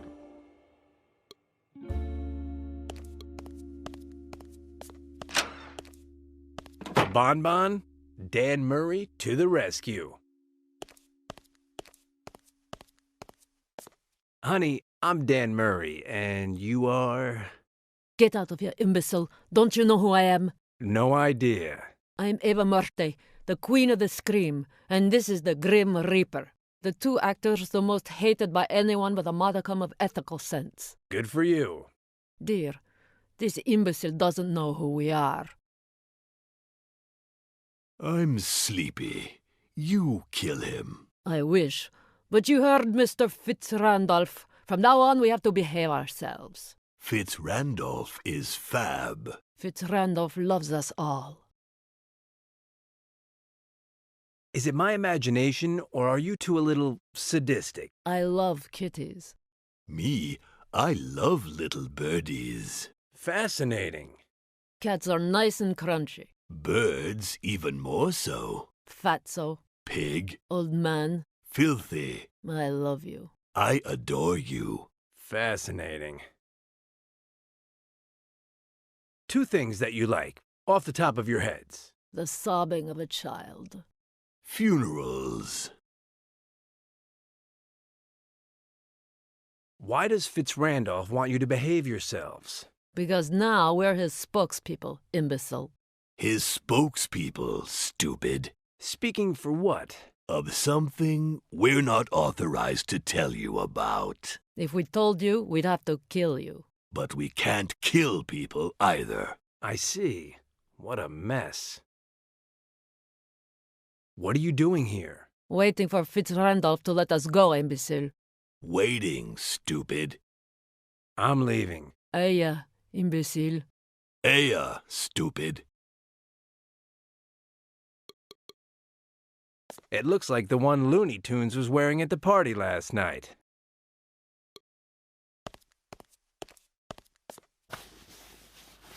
Nothing in the pockets.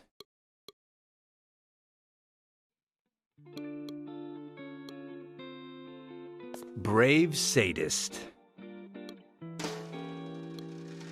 Whose is this? Let's see who this belongs to.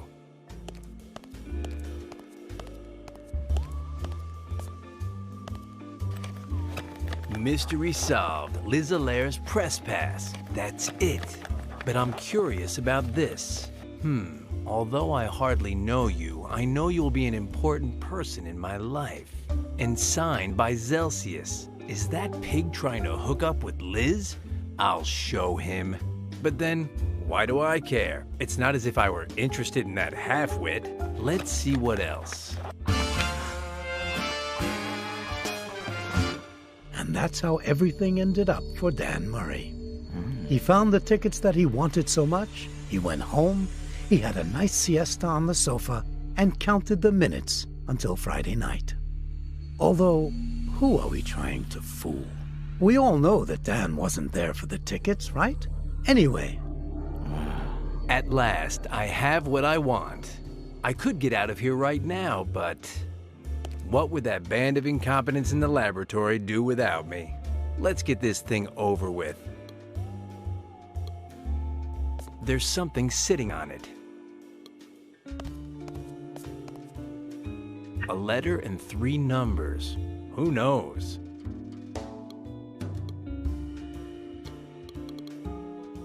One number and 3 letters. What can they be for?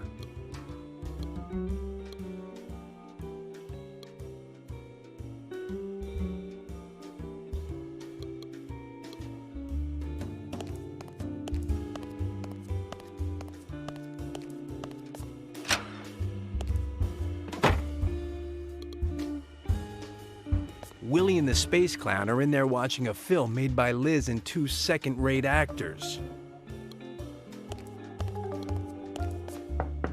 Put it on pause, Kajanowski. What is it, Murray? I repeat, don't go down to the laboratory because Zelsius and I need our privacy, huh?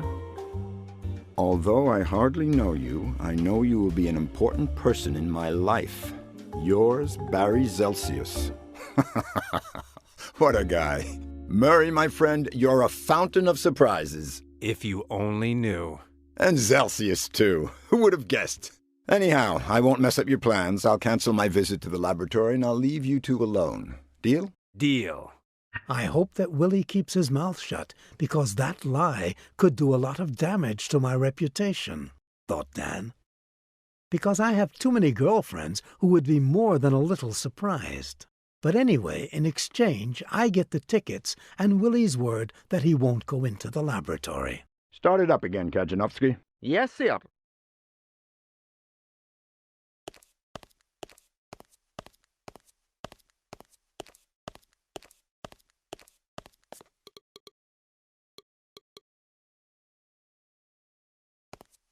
I'll dial the 4 digits from the note.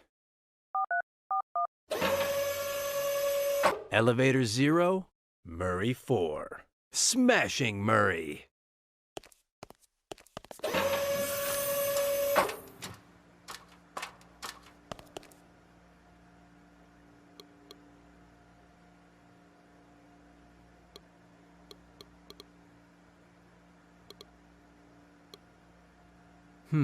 Although I hardly know you, I know you'll be an important person in my life.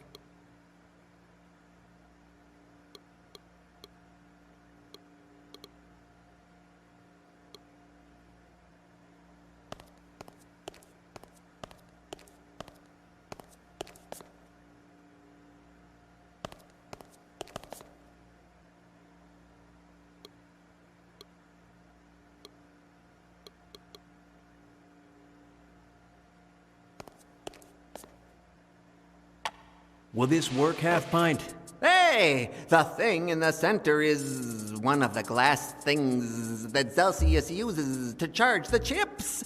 There are no two ways about it. I'll finish what I'm doing and then I'll take it apart.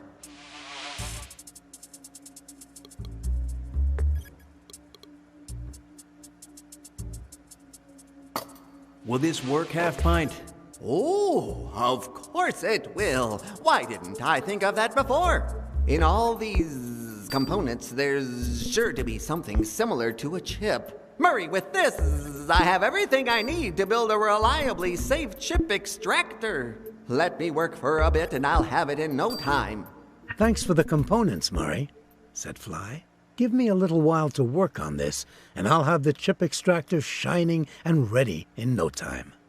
Hey, Looney, thanks for the tickets. I was thinking that I have an extra one. I know boxing ain't your thing, but... So anyway, get better, okay?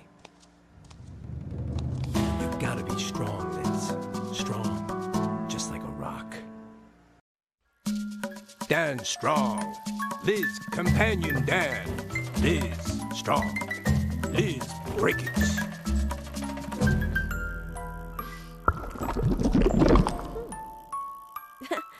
Finally! I was dying to get a chance to talk to myself.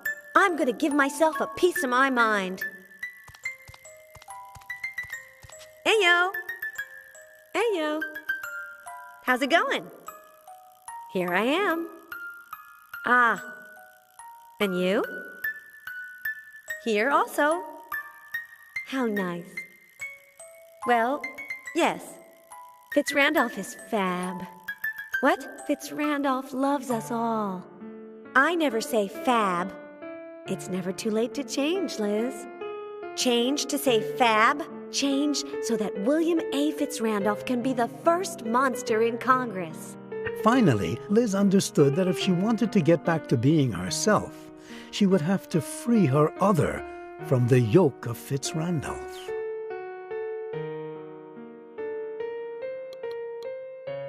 It's full of strange things.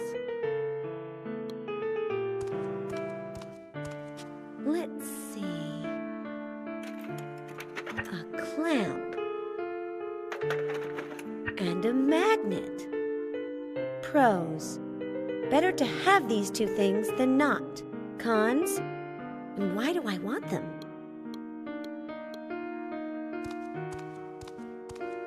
Ayo! Ayo! Do you have any electric blue nail polish? No, but I wish I did because I've been wanting to paint my nails since yesterday afternoon. Me too! Ever since I escaped from a Zeppelin. Me too. It's amazing how alike we are, Liz! Do you know how I know that you're not me? But Liz, I am you. By your makeup, Liz, I would never make myself up like that. That wasn't me. The makeup director insisted that these were my ideal colors. Well, they look terrible on you. Fitz Randolph loves us all. That bad? So bad that I feel embarrassed for you. Me. I'll be right back.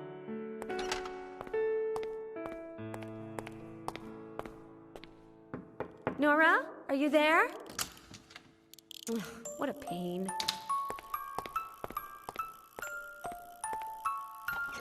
Where were you going? The makeup director isn't here, and on top of that, she took her things. Huh. Now what? That's what I say. Fitz Randolph is fab. I have to tell you something about Fitz Randolph. Fitz Randolph has brainwashed you, and I'm grateful to him. It's important to keep these things clean. Fitz Randolph is fab. You escaped from his Zeppelin, don't you remember? Of course I remember. But I was mistaken then. Fitz Randolph loves us all. He's a friend of Dan Murray, that jerk. No, of that jerk? Yes, Liz, of that jerk. That can't be. I don't believe it, Liz. Let's drop Fitz Randolph. I will always follow him. Fitz Randolph is fab. Aya, Liz. Aya, Liz. Ayo, ayo. Has the makeup person come back? Wait here for me.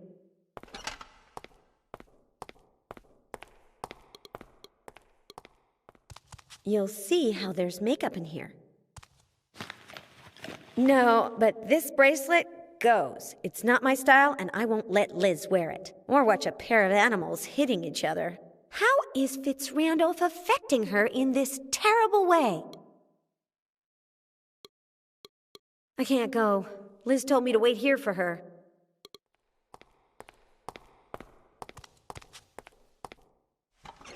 Nothing? Nothing.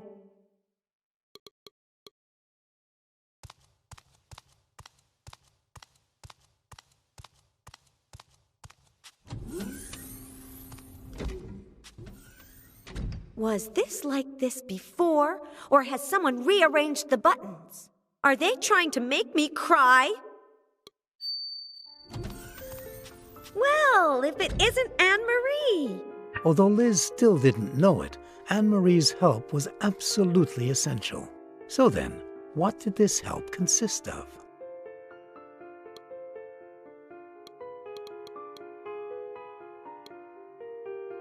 To Anne-Marie Allaire for her study of music at the most prestigious school in the country, Juilliard, in New York. It's frightening to think that Anne-Marie studied business in California and music in New York simultaneously.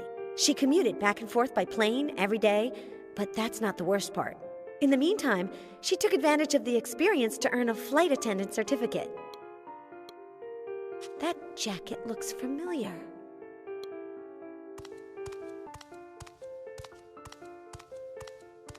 Is this your jacket? A client gave it to me, comma, a boxer, comma, the guy with the tickets, comma, but it's not my style, as you know, period. If you like it, comma, it's yours. I don't like it. I'll keep it. It's really ugly. Thank you.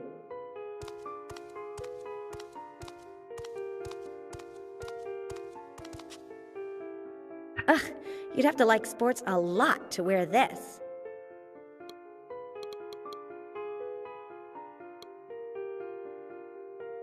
If you turn it, the table turns and it becomes a love nest.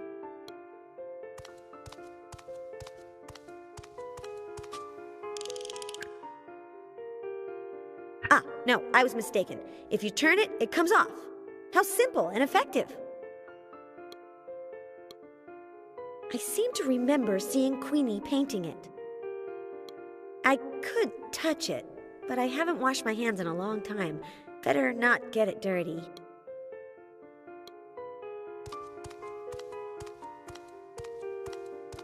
Hey, yo, Anne-Marie! Welcome, comma, Elizabeth, period. The Allaire Gallery thanks you for having inspired Queenie to paint these 5 paintings, period. You've talked to her! Finally! I knew you two would work it out. Incorrect assessment, period. She sent them to me by messenger with a note, period. Postscript, colon. She also attached the voodoo painting in the window, period. Ah, yes, I saw it when she was starting to paint it. Opening parenthesis.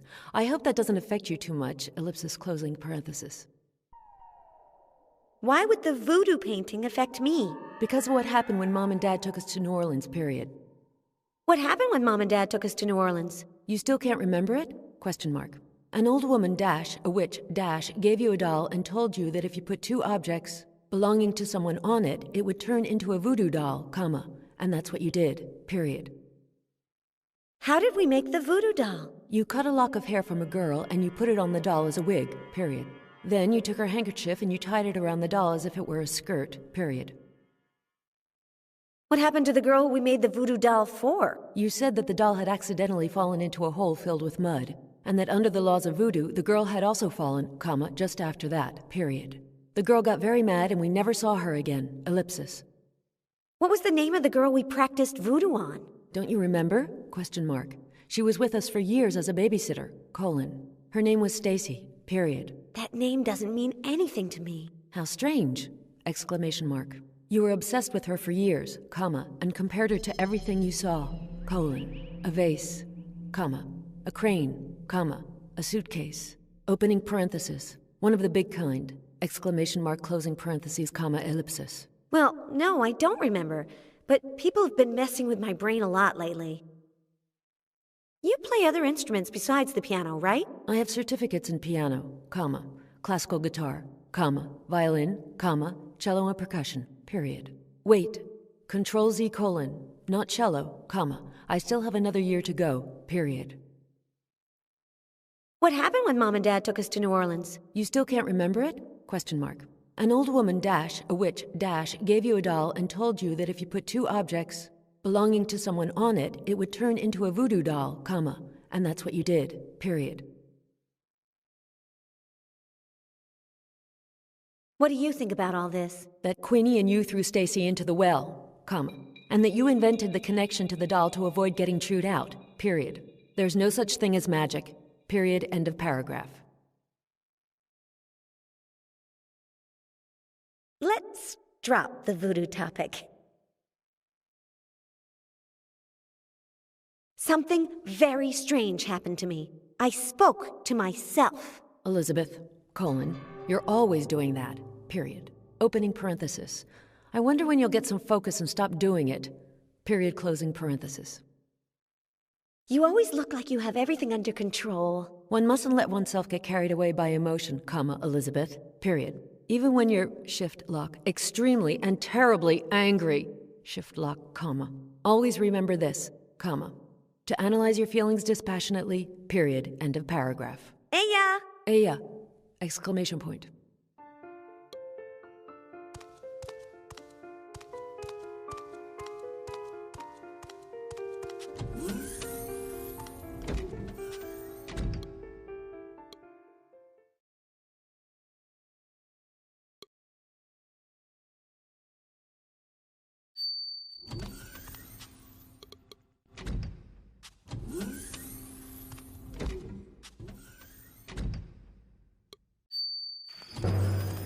Randolph is fab. Huh? Randolph loves us all. Aha! Now I know who's making the other Liz say the silly things she says.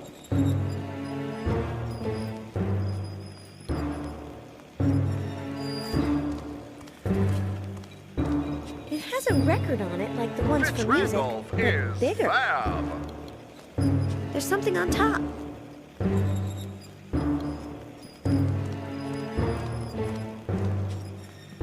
Randolph loves us all. It comes with a parachute.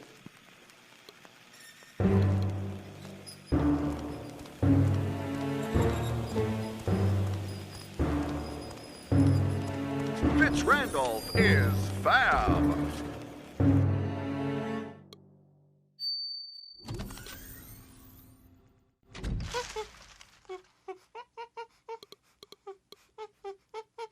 It's a musical instrument, and as such, I'm no good at it.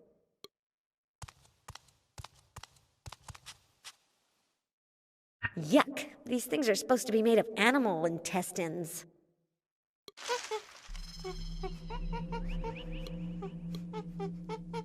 These creatures like it if you speak to them in their language.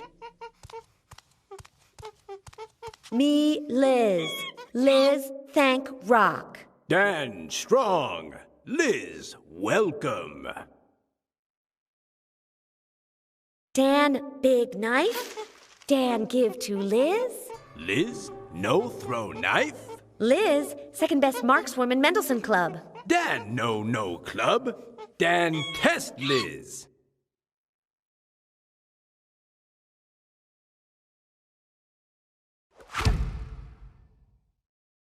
Liz, bad thrower. Liz, no knife. Knife work bad. Knife very bad. Knife good. Liz, bad. Liz, eat apple. Liz, get strong. With her pride in her marksmanship wounded, Liz decided that she would take the knife-throwing test that Dan was proposing.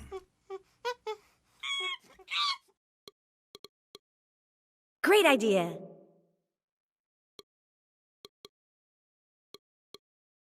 Ayo, Dan. Ayo, Liz. Liz, knife test more.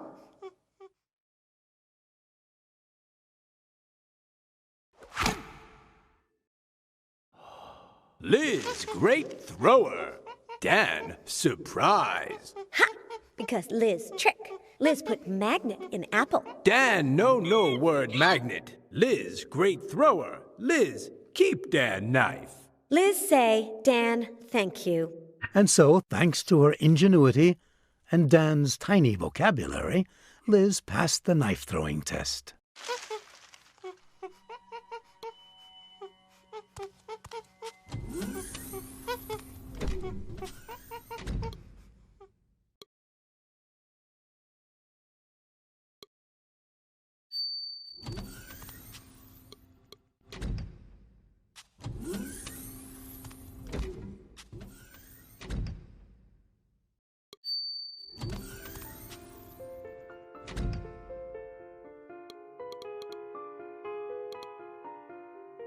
I wish I knew how to play it.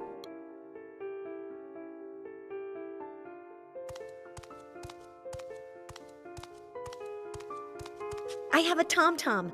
Could you play it for me? Of course. Period. Do you have the sheet music? Question mark. No. Elizabeth, comma. I never play without sheet music. Period. I never improvise, comma. So, colon, give me the sheet music for the tom-tom, comma, and I will play it for you whenever you like. Period.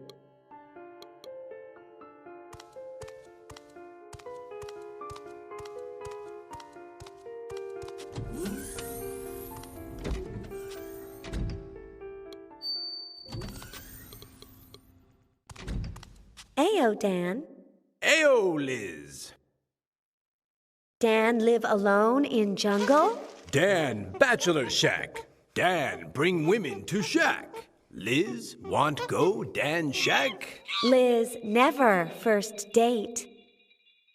Dan, not friends? Jungle, many bachelor shacks. Witch doctor, Dan, best friend.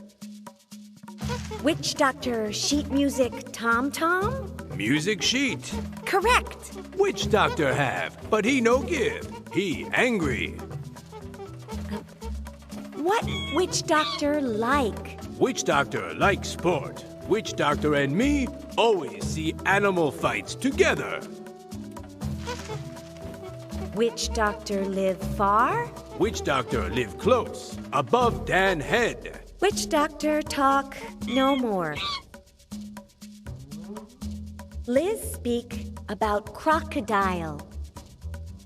You fight crocodile? Dan strong. Dan great warrior. Dan throw knife crocodile far. Liz enter crocodile mouth. Dan no believe. Liz crazy. Life is crocodile. Sometimes stuffed animal, sometimes bite. Dan understand. No. Crocodile talk no more. Dan know Fitz Randolph? Dan no word fit run down. Here we go again. Yeah, Dan. Hey, Liz.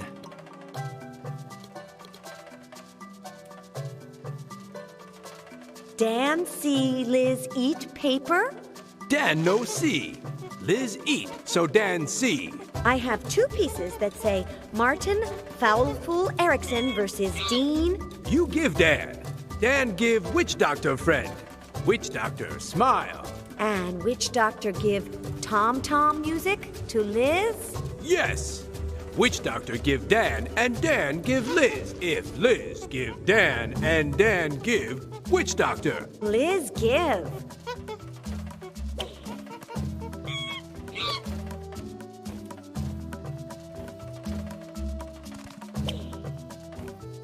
Finally, authentic sheet music for tribal tom-toms.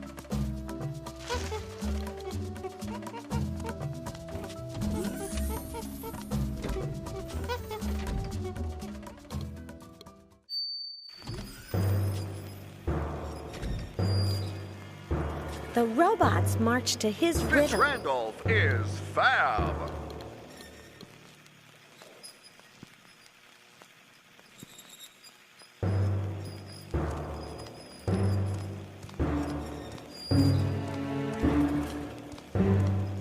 Fitz Randolph loves I'm us not going all. to stick it in him, but let's see how he does with a little piece of his apron missing. He seems okay.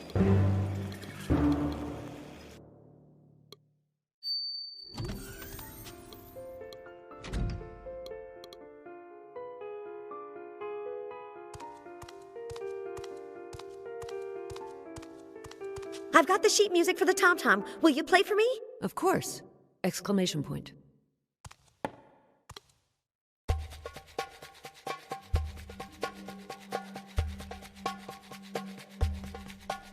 Is it just me, or does it move when the tom-tom is playing?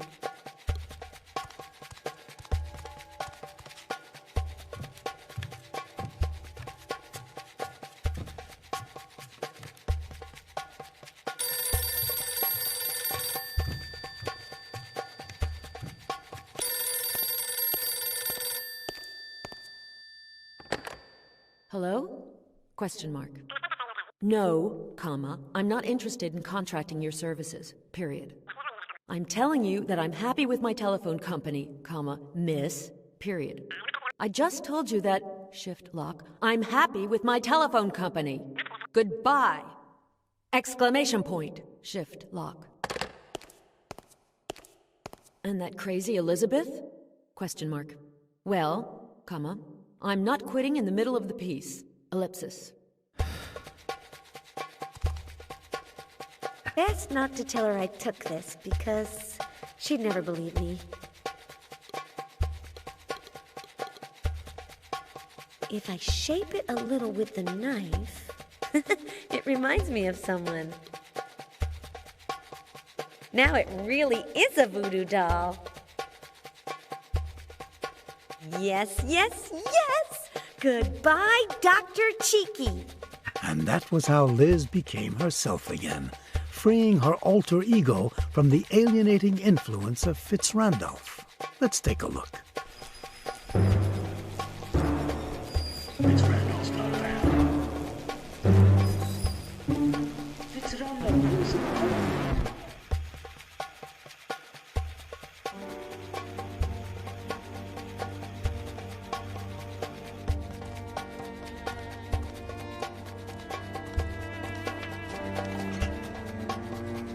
Eva Morte and the Grim Reaper?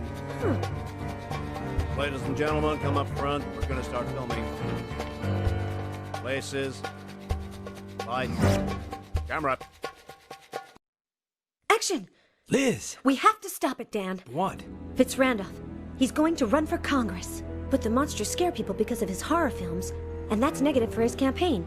That's why he wants to make family pictures. And he's putting chips in the brains of the monsters that refuse to go along with him. Yes! Like the Grim Reaper and Eva Morte. Yes, yes, yes. He used them to make a film where I interview them and they say that everyone should vote for Fitzrandolph because... Fitzrandolph loves us all.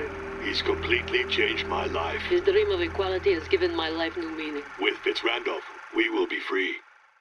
Tomorrow, 3,000 copies of his propaganda film will be shown all across the country. I know where the film is. I'll try to steal it. No, no, no. I have a better idea. Said Liz. I'll film a new movie in which Eva Morte and the Grim Reaper tell the truth. This is the plan. We'll make a new film where Eva Morte and the Grim Reaper tell the truth. You'll switch the films, and ours will be the one that people see tomorrow. Good. I'll be thinking about how to do the switcheroo, said Dan. But I doubt that those two sadistic monsters will collaborate with you, and even less so with the chips. At last this has a solution. Problem with your free will? Sick of the weight of that brain ship that you can never get free of? Don't despair. At last there's a solution. Presenting incredible Professor Fly's patented chip extractor. Fascinating! It's the most fantastic invention ever. Fascinatingly incredible, isn't it? But that's not all. If you buy the incredible Professor Fly's chip extractor, you'll receive not one, but two extractors. I repeat, not one, but two of the incredible Professor Fly's chip extractors. Want to leave your friends with their mouths hanging open? Stop thinking about it and take action. The extractors were absolutely perfect. But once they were free of Fitzrandolph's influence, Eva and the Grim Reaper began to show their true faces by refusing to cooperate. They got ready to leave, ruining Liz's plan, when the self-sacrificing Dan Murray got ready to step across the line that separates the men from the heroes. Wait. I'm about to do something that's going to make me hate myself for the rest of my life. Are you going to humiliate yourself, stupid? Sounds interesting, imbecile. Let's see.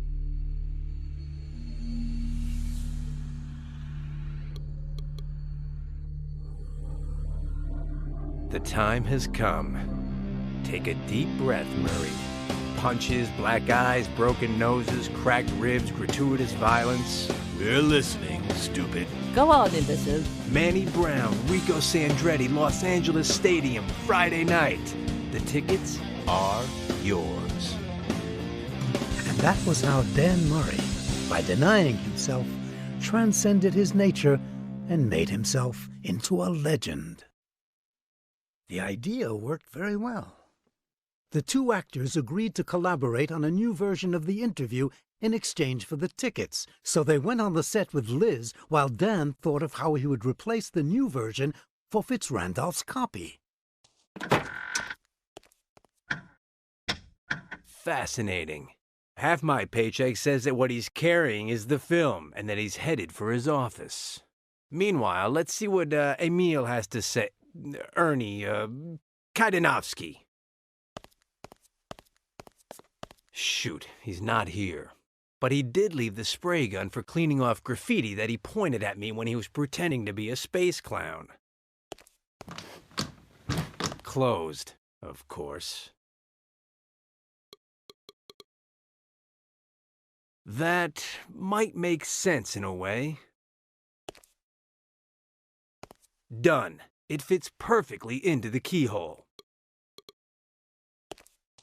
Yes, the moment to visit Willie's office has arrived.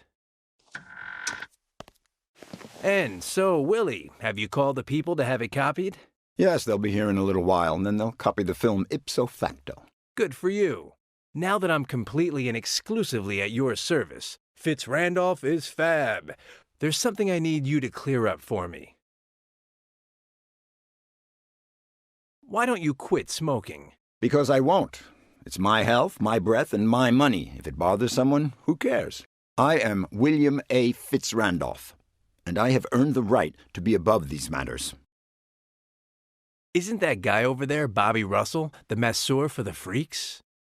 That guy?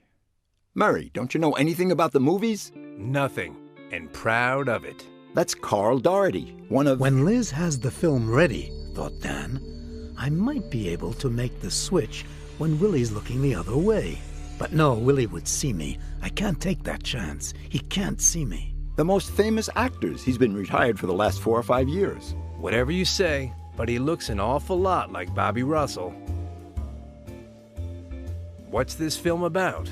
It's a short that will be shown tomorrow in over 3,000 of my theaters all over the country. The film is a short? Wasn't it an interview? In reality, it's an advertisement in the form of an interview. The start of the election campaign of the future Congressman William A. Fitzrandolph. Why do you want to get involved in politics? To do justice. My grandfather was a congressman, but that road is closed to me because of my physical appearance. Murray, we monsters should have exactly the same rights as everyone else. And thanks to William A. Fitzrandolph, we will have them. Wait, I have more questions. Why did you have Liz do the interview on the film? She's intelligent and naive, so she doesn't have any known biases against one ideology or another. Plus, her family is very respected in this state, both by business people because of her father and her sister, the businesswoman, and by more bohemian people because of her other sister, the painter. Why do you include the Lord of the Night and Eva Morte in the recording when everyone hates them? People hate them because of how they are. But I've offered a completely new and different image of them. Sweet, lovable, generous. My message is, if William A. Fitzrandolph was able to change them, he can change anything. Your vision of equality is very good, but some people may think it's ugly to manipulate people. First, no one will ever know. Second, a lofty goal requires a lofty sacrifice.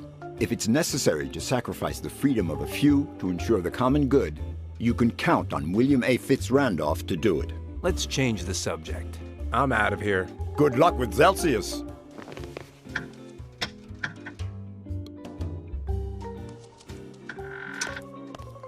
Tell me, Willie, I have a good reason for you to quit smoking. Oh, yes? Your election campaign.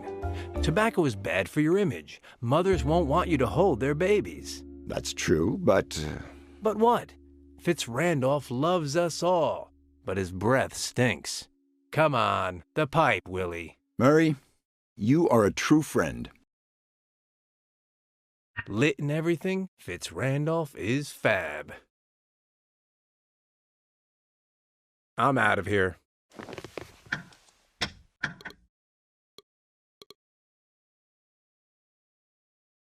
Great idea. I'll light the fuse and run.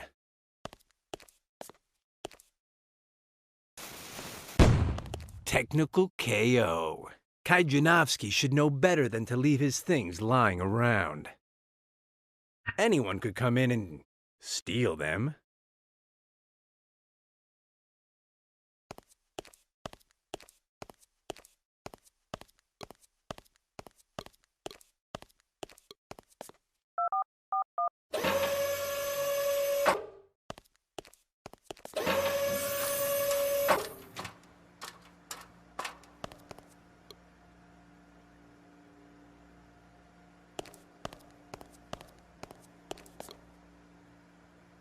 Peter, what's his name? A scientist of great renown. I spy... What do you spy? something. What does it start with? It starts with a R. Rash. Rigor mortis. I don't want such eminent minds to lose time on my account. Yes, sirree, Dan Murray is taking control. You with the paint, come over here. I'm gonna fix you up. Careful where you shoot that, okay? Ah! Ah!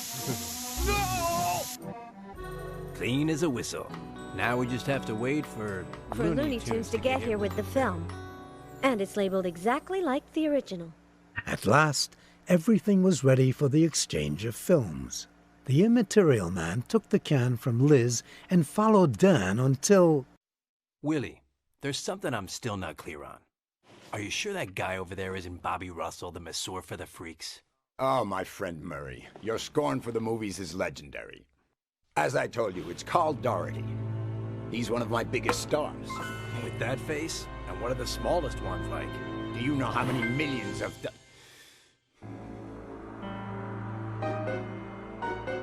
Okay, Willie. Your dog Zelsius still hasn't managed to get his hands on me, so I'm not under your control. What's more, I oppose you, and I'm going to crush your political future. Listen. With the help of Eva Morte, the Grim Reaper, and Liz Allaire, I made a film that deals you a technical knockout. Maybe you can't see him, but at my side is the immaterial man who just exchanged your can for mine. Tomorrow it'll be shown in all your theaters, and the day after that, Willie, my friend, you'll be ruined. So, how's it feel?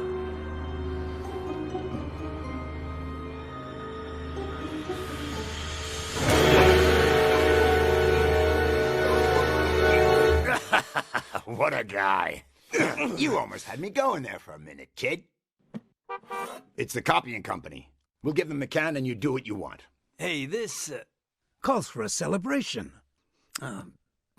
Yes. The next day, spectators in over 3,000 movie theaters in the United States became aware of the true intentions of William A. Fitz Randolph. Fitz Randolph's not fab. Fitz Randolph loves only himself. He forced me to pretend that I had changed to promote his election campaign. His dream of equality for monsters is a lie, and the only monster that matters to him is William A. Fitz Randolph. Under Fitz Randolph, we will all be slaves. Fitz Randolph's not fab. That's who William A. Fitz Randolph really is. A magnate who manipulates actors to achieve his diabolical ends. He lies, makes others lie, and behind his respectable appearance he hides a thirst for power. It didn't take long for the consequences to appear. The monster actors refused to keep working for MKO. Instantaneously, the company's stock hit rock bottom, as did the credibility of its owner, William A. Fitz Randolph, and his dreams of political greatness. His ally, Dr. Zelsius, came out of it better. Thanks to the chip that Fly implanted in his brain, he discovered that his mechanical aptitudes could make many people very happy. Murray! The article is fantastic! Magnificent! Who'd have thought that the cynical veteran and the enthusiastic novice would make such an adorable couple? Couple? No way. With you? Never. Cretin. Half-wit. Jerk. Loony. Good. Well, good. Nice story. I like how you told it. Tomorrow it's your turn. Which will you choose? You'll find out tomorrow. So, dinner? I can't wait. Hey, I'll race you to the kitchen. The winner comes in second. 2012-14.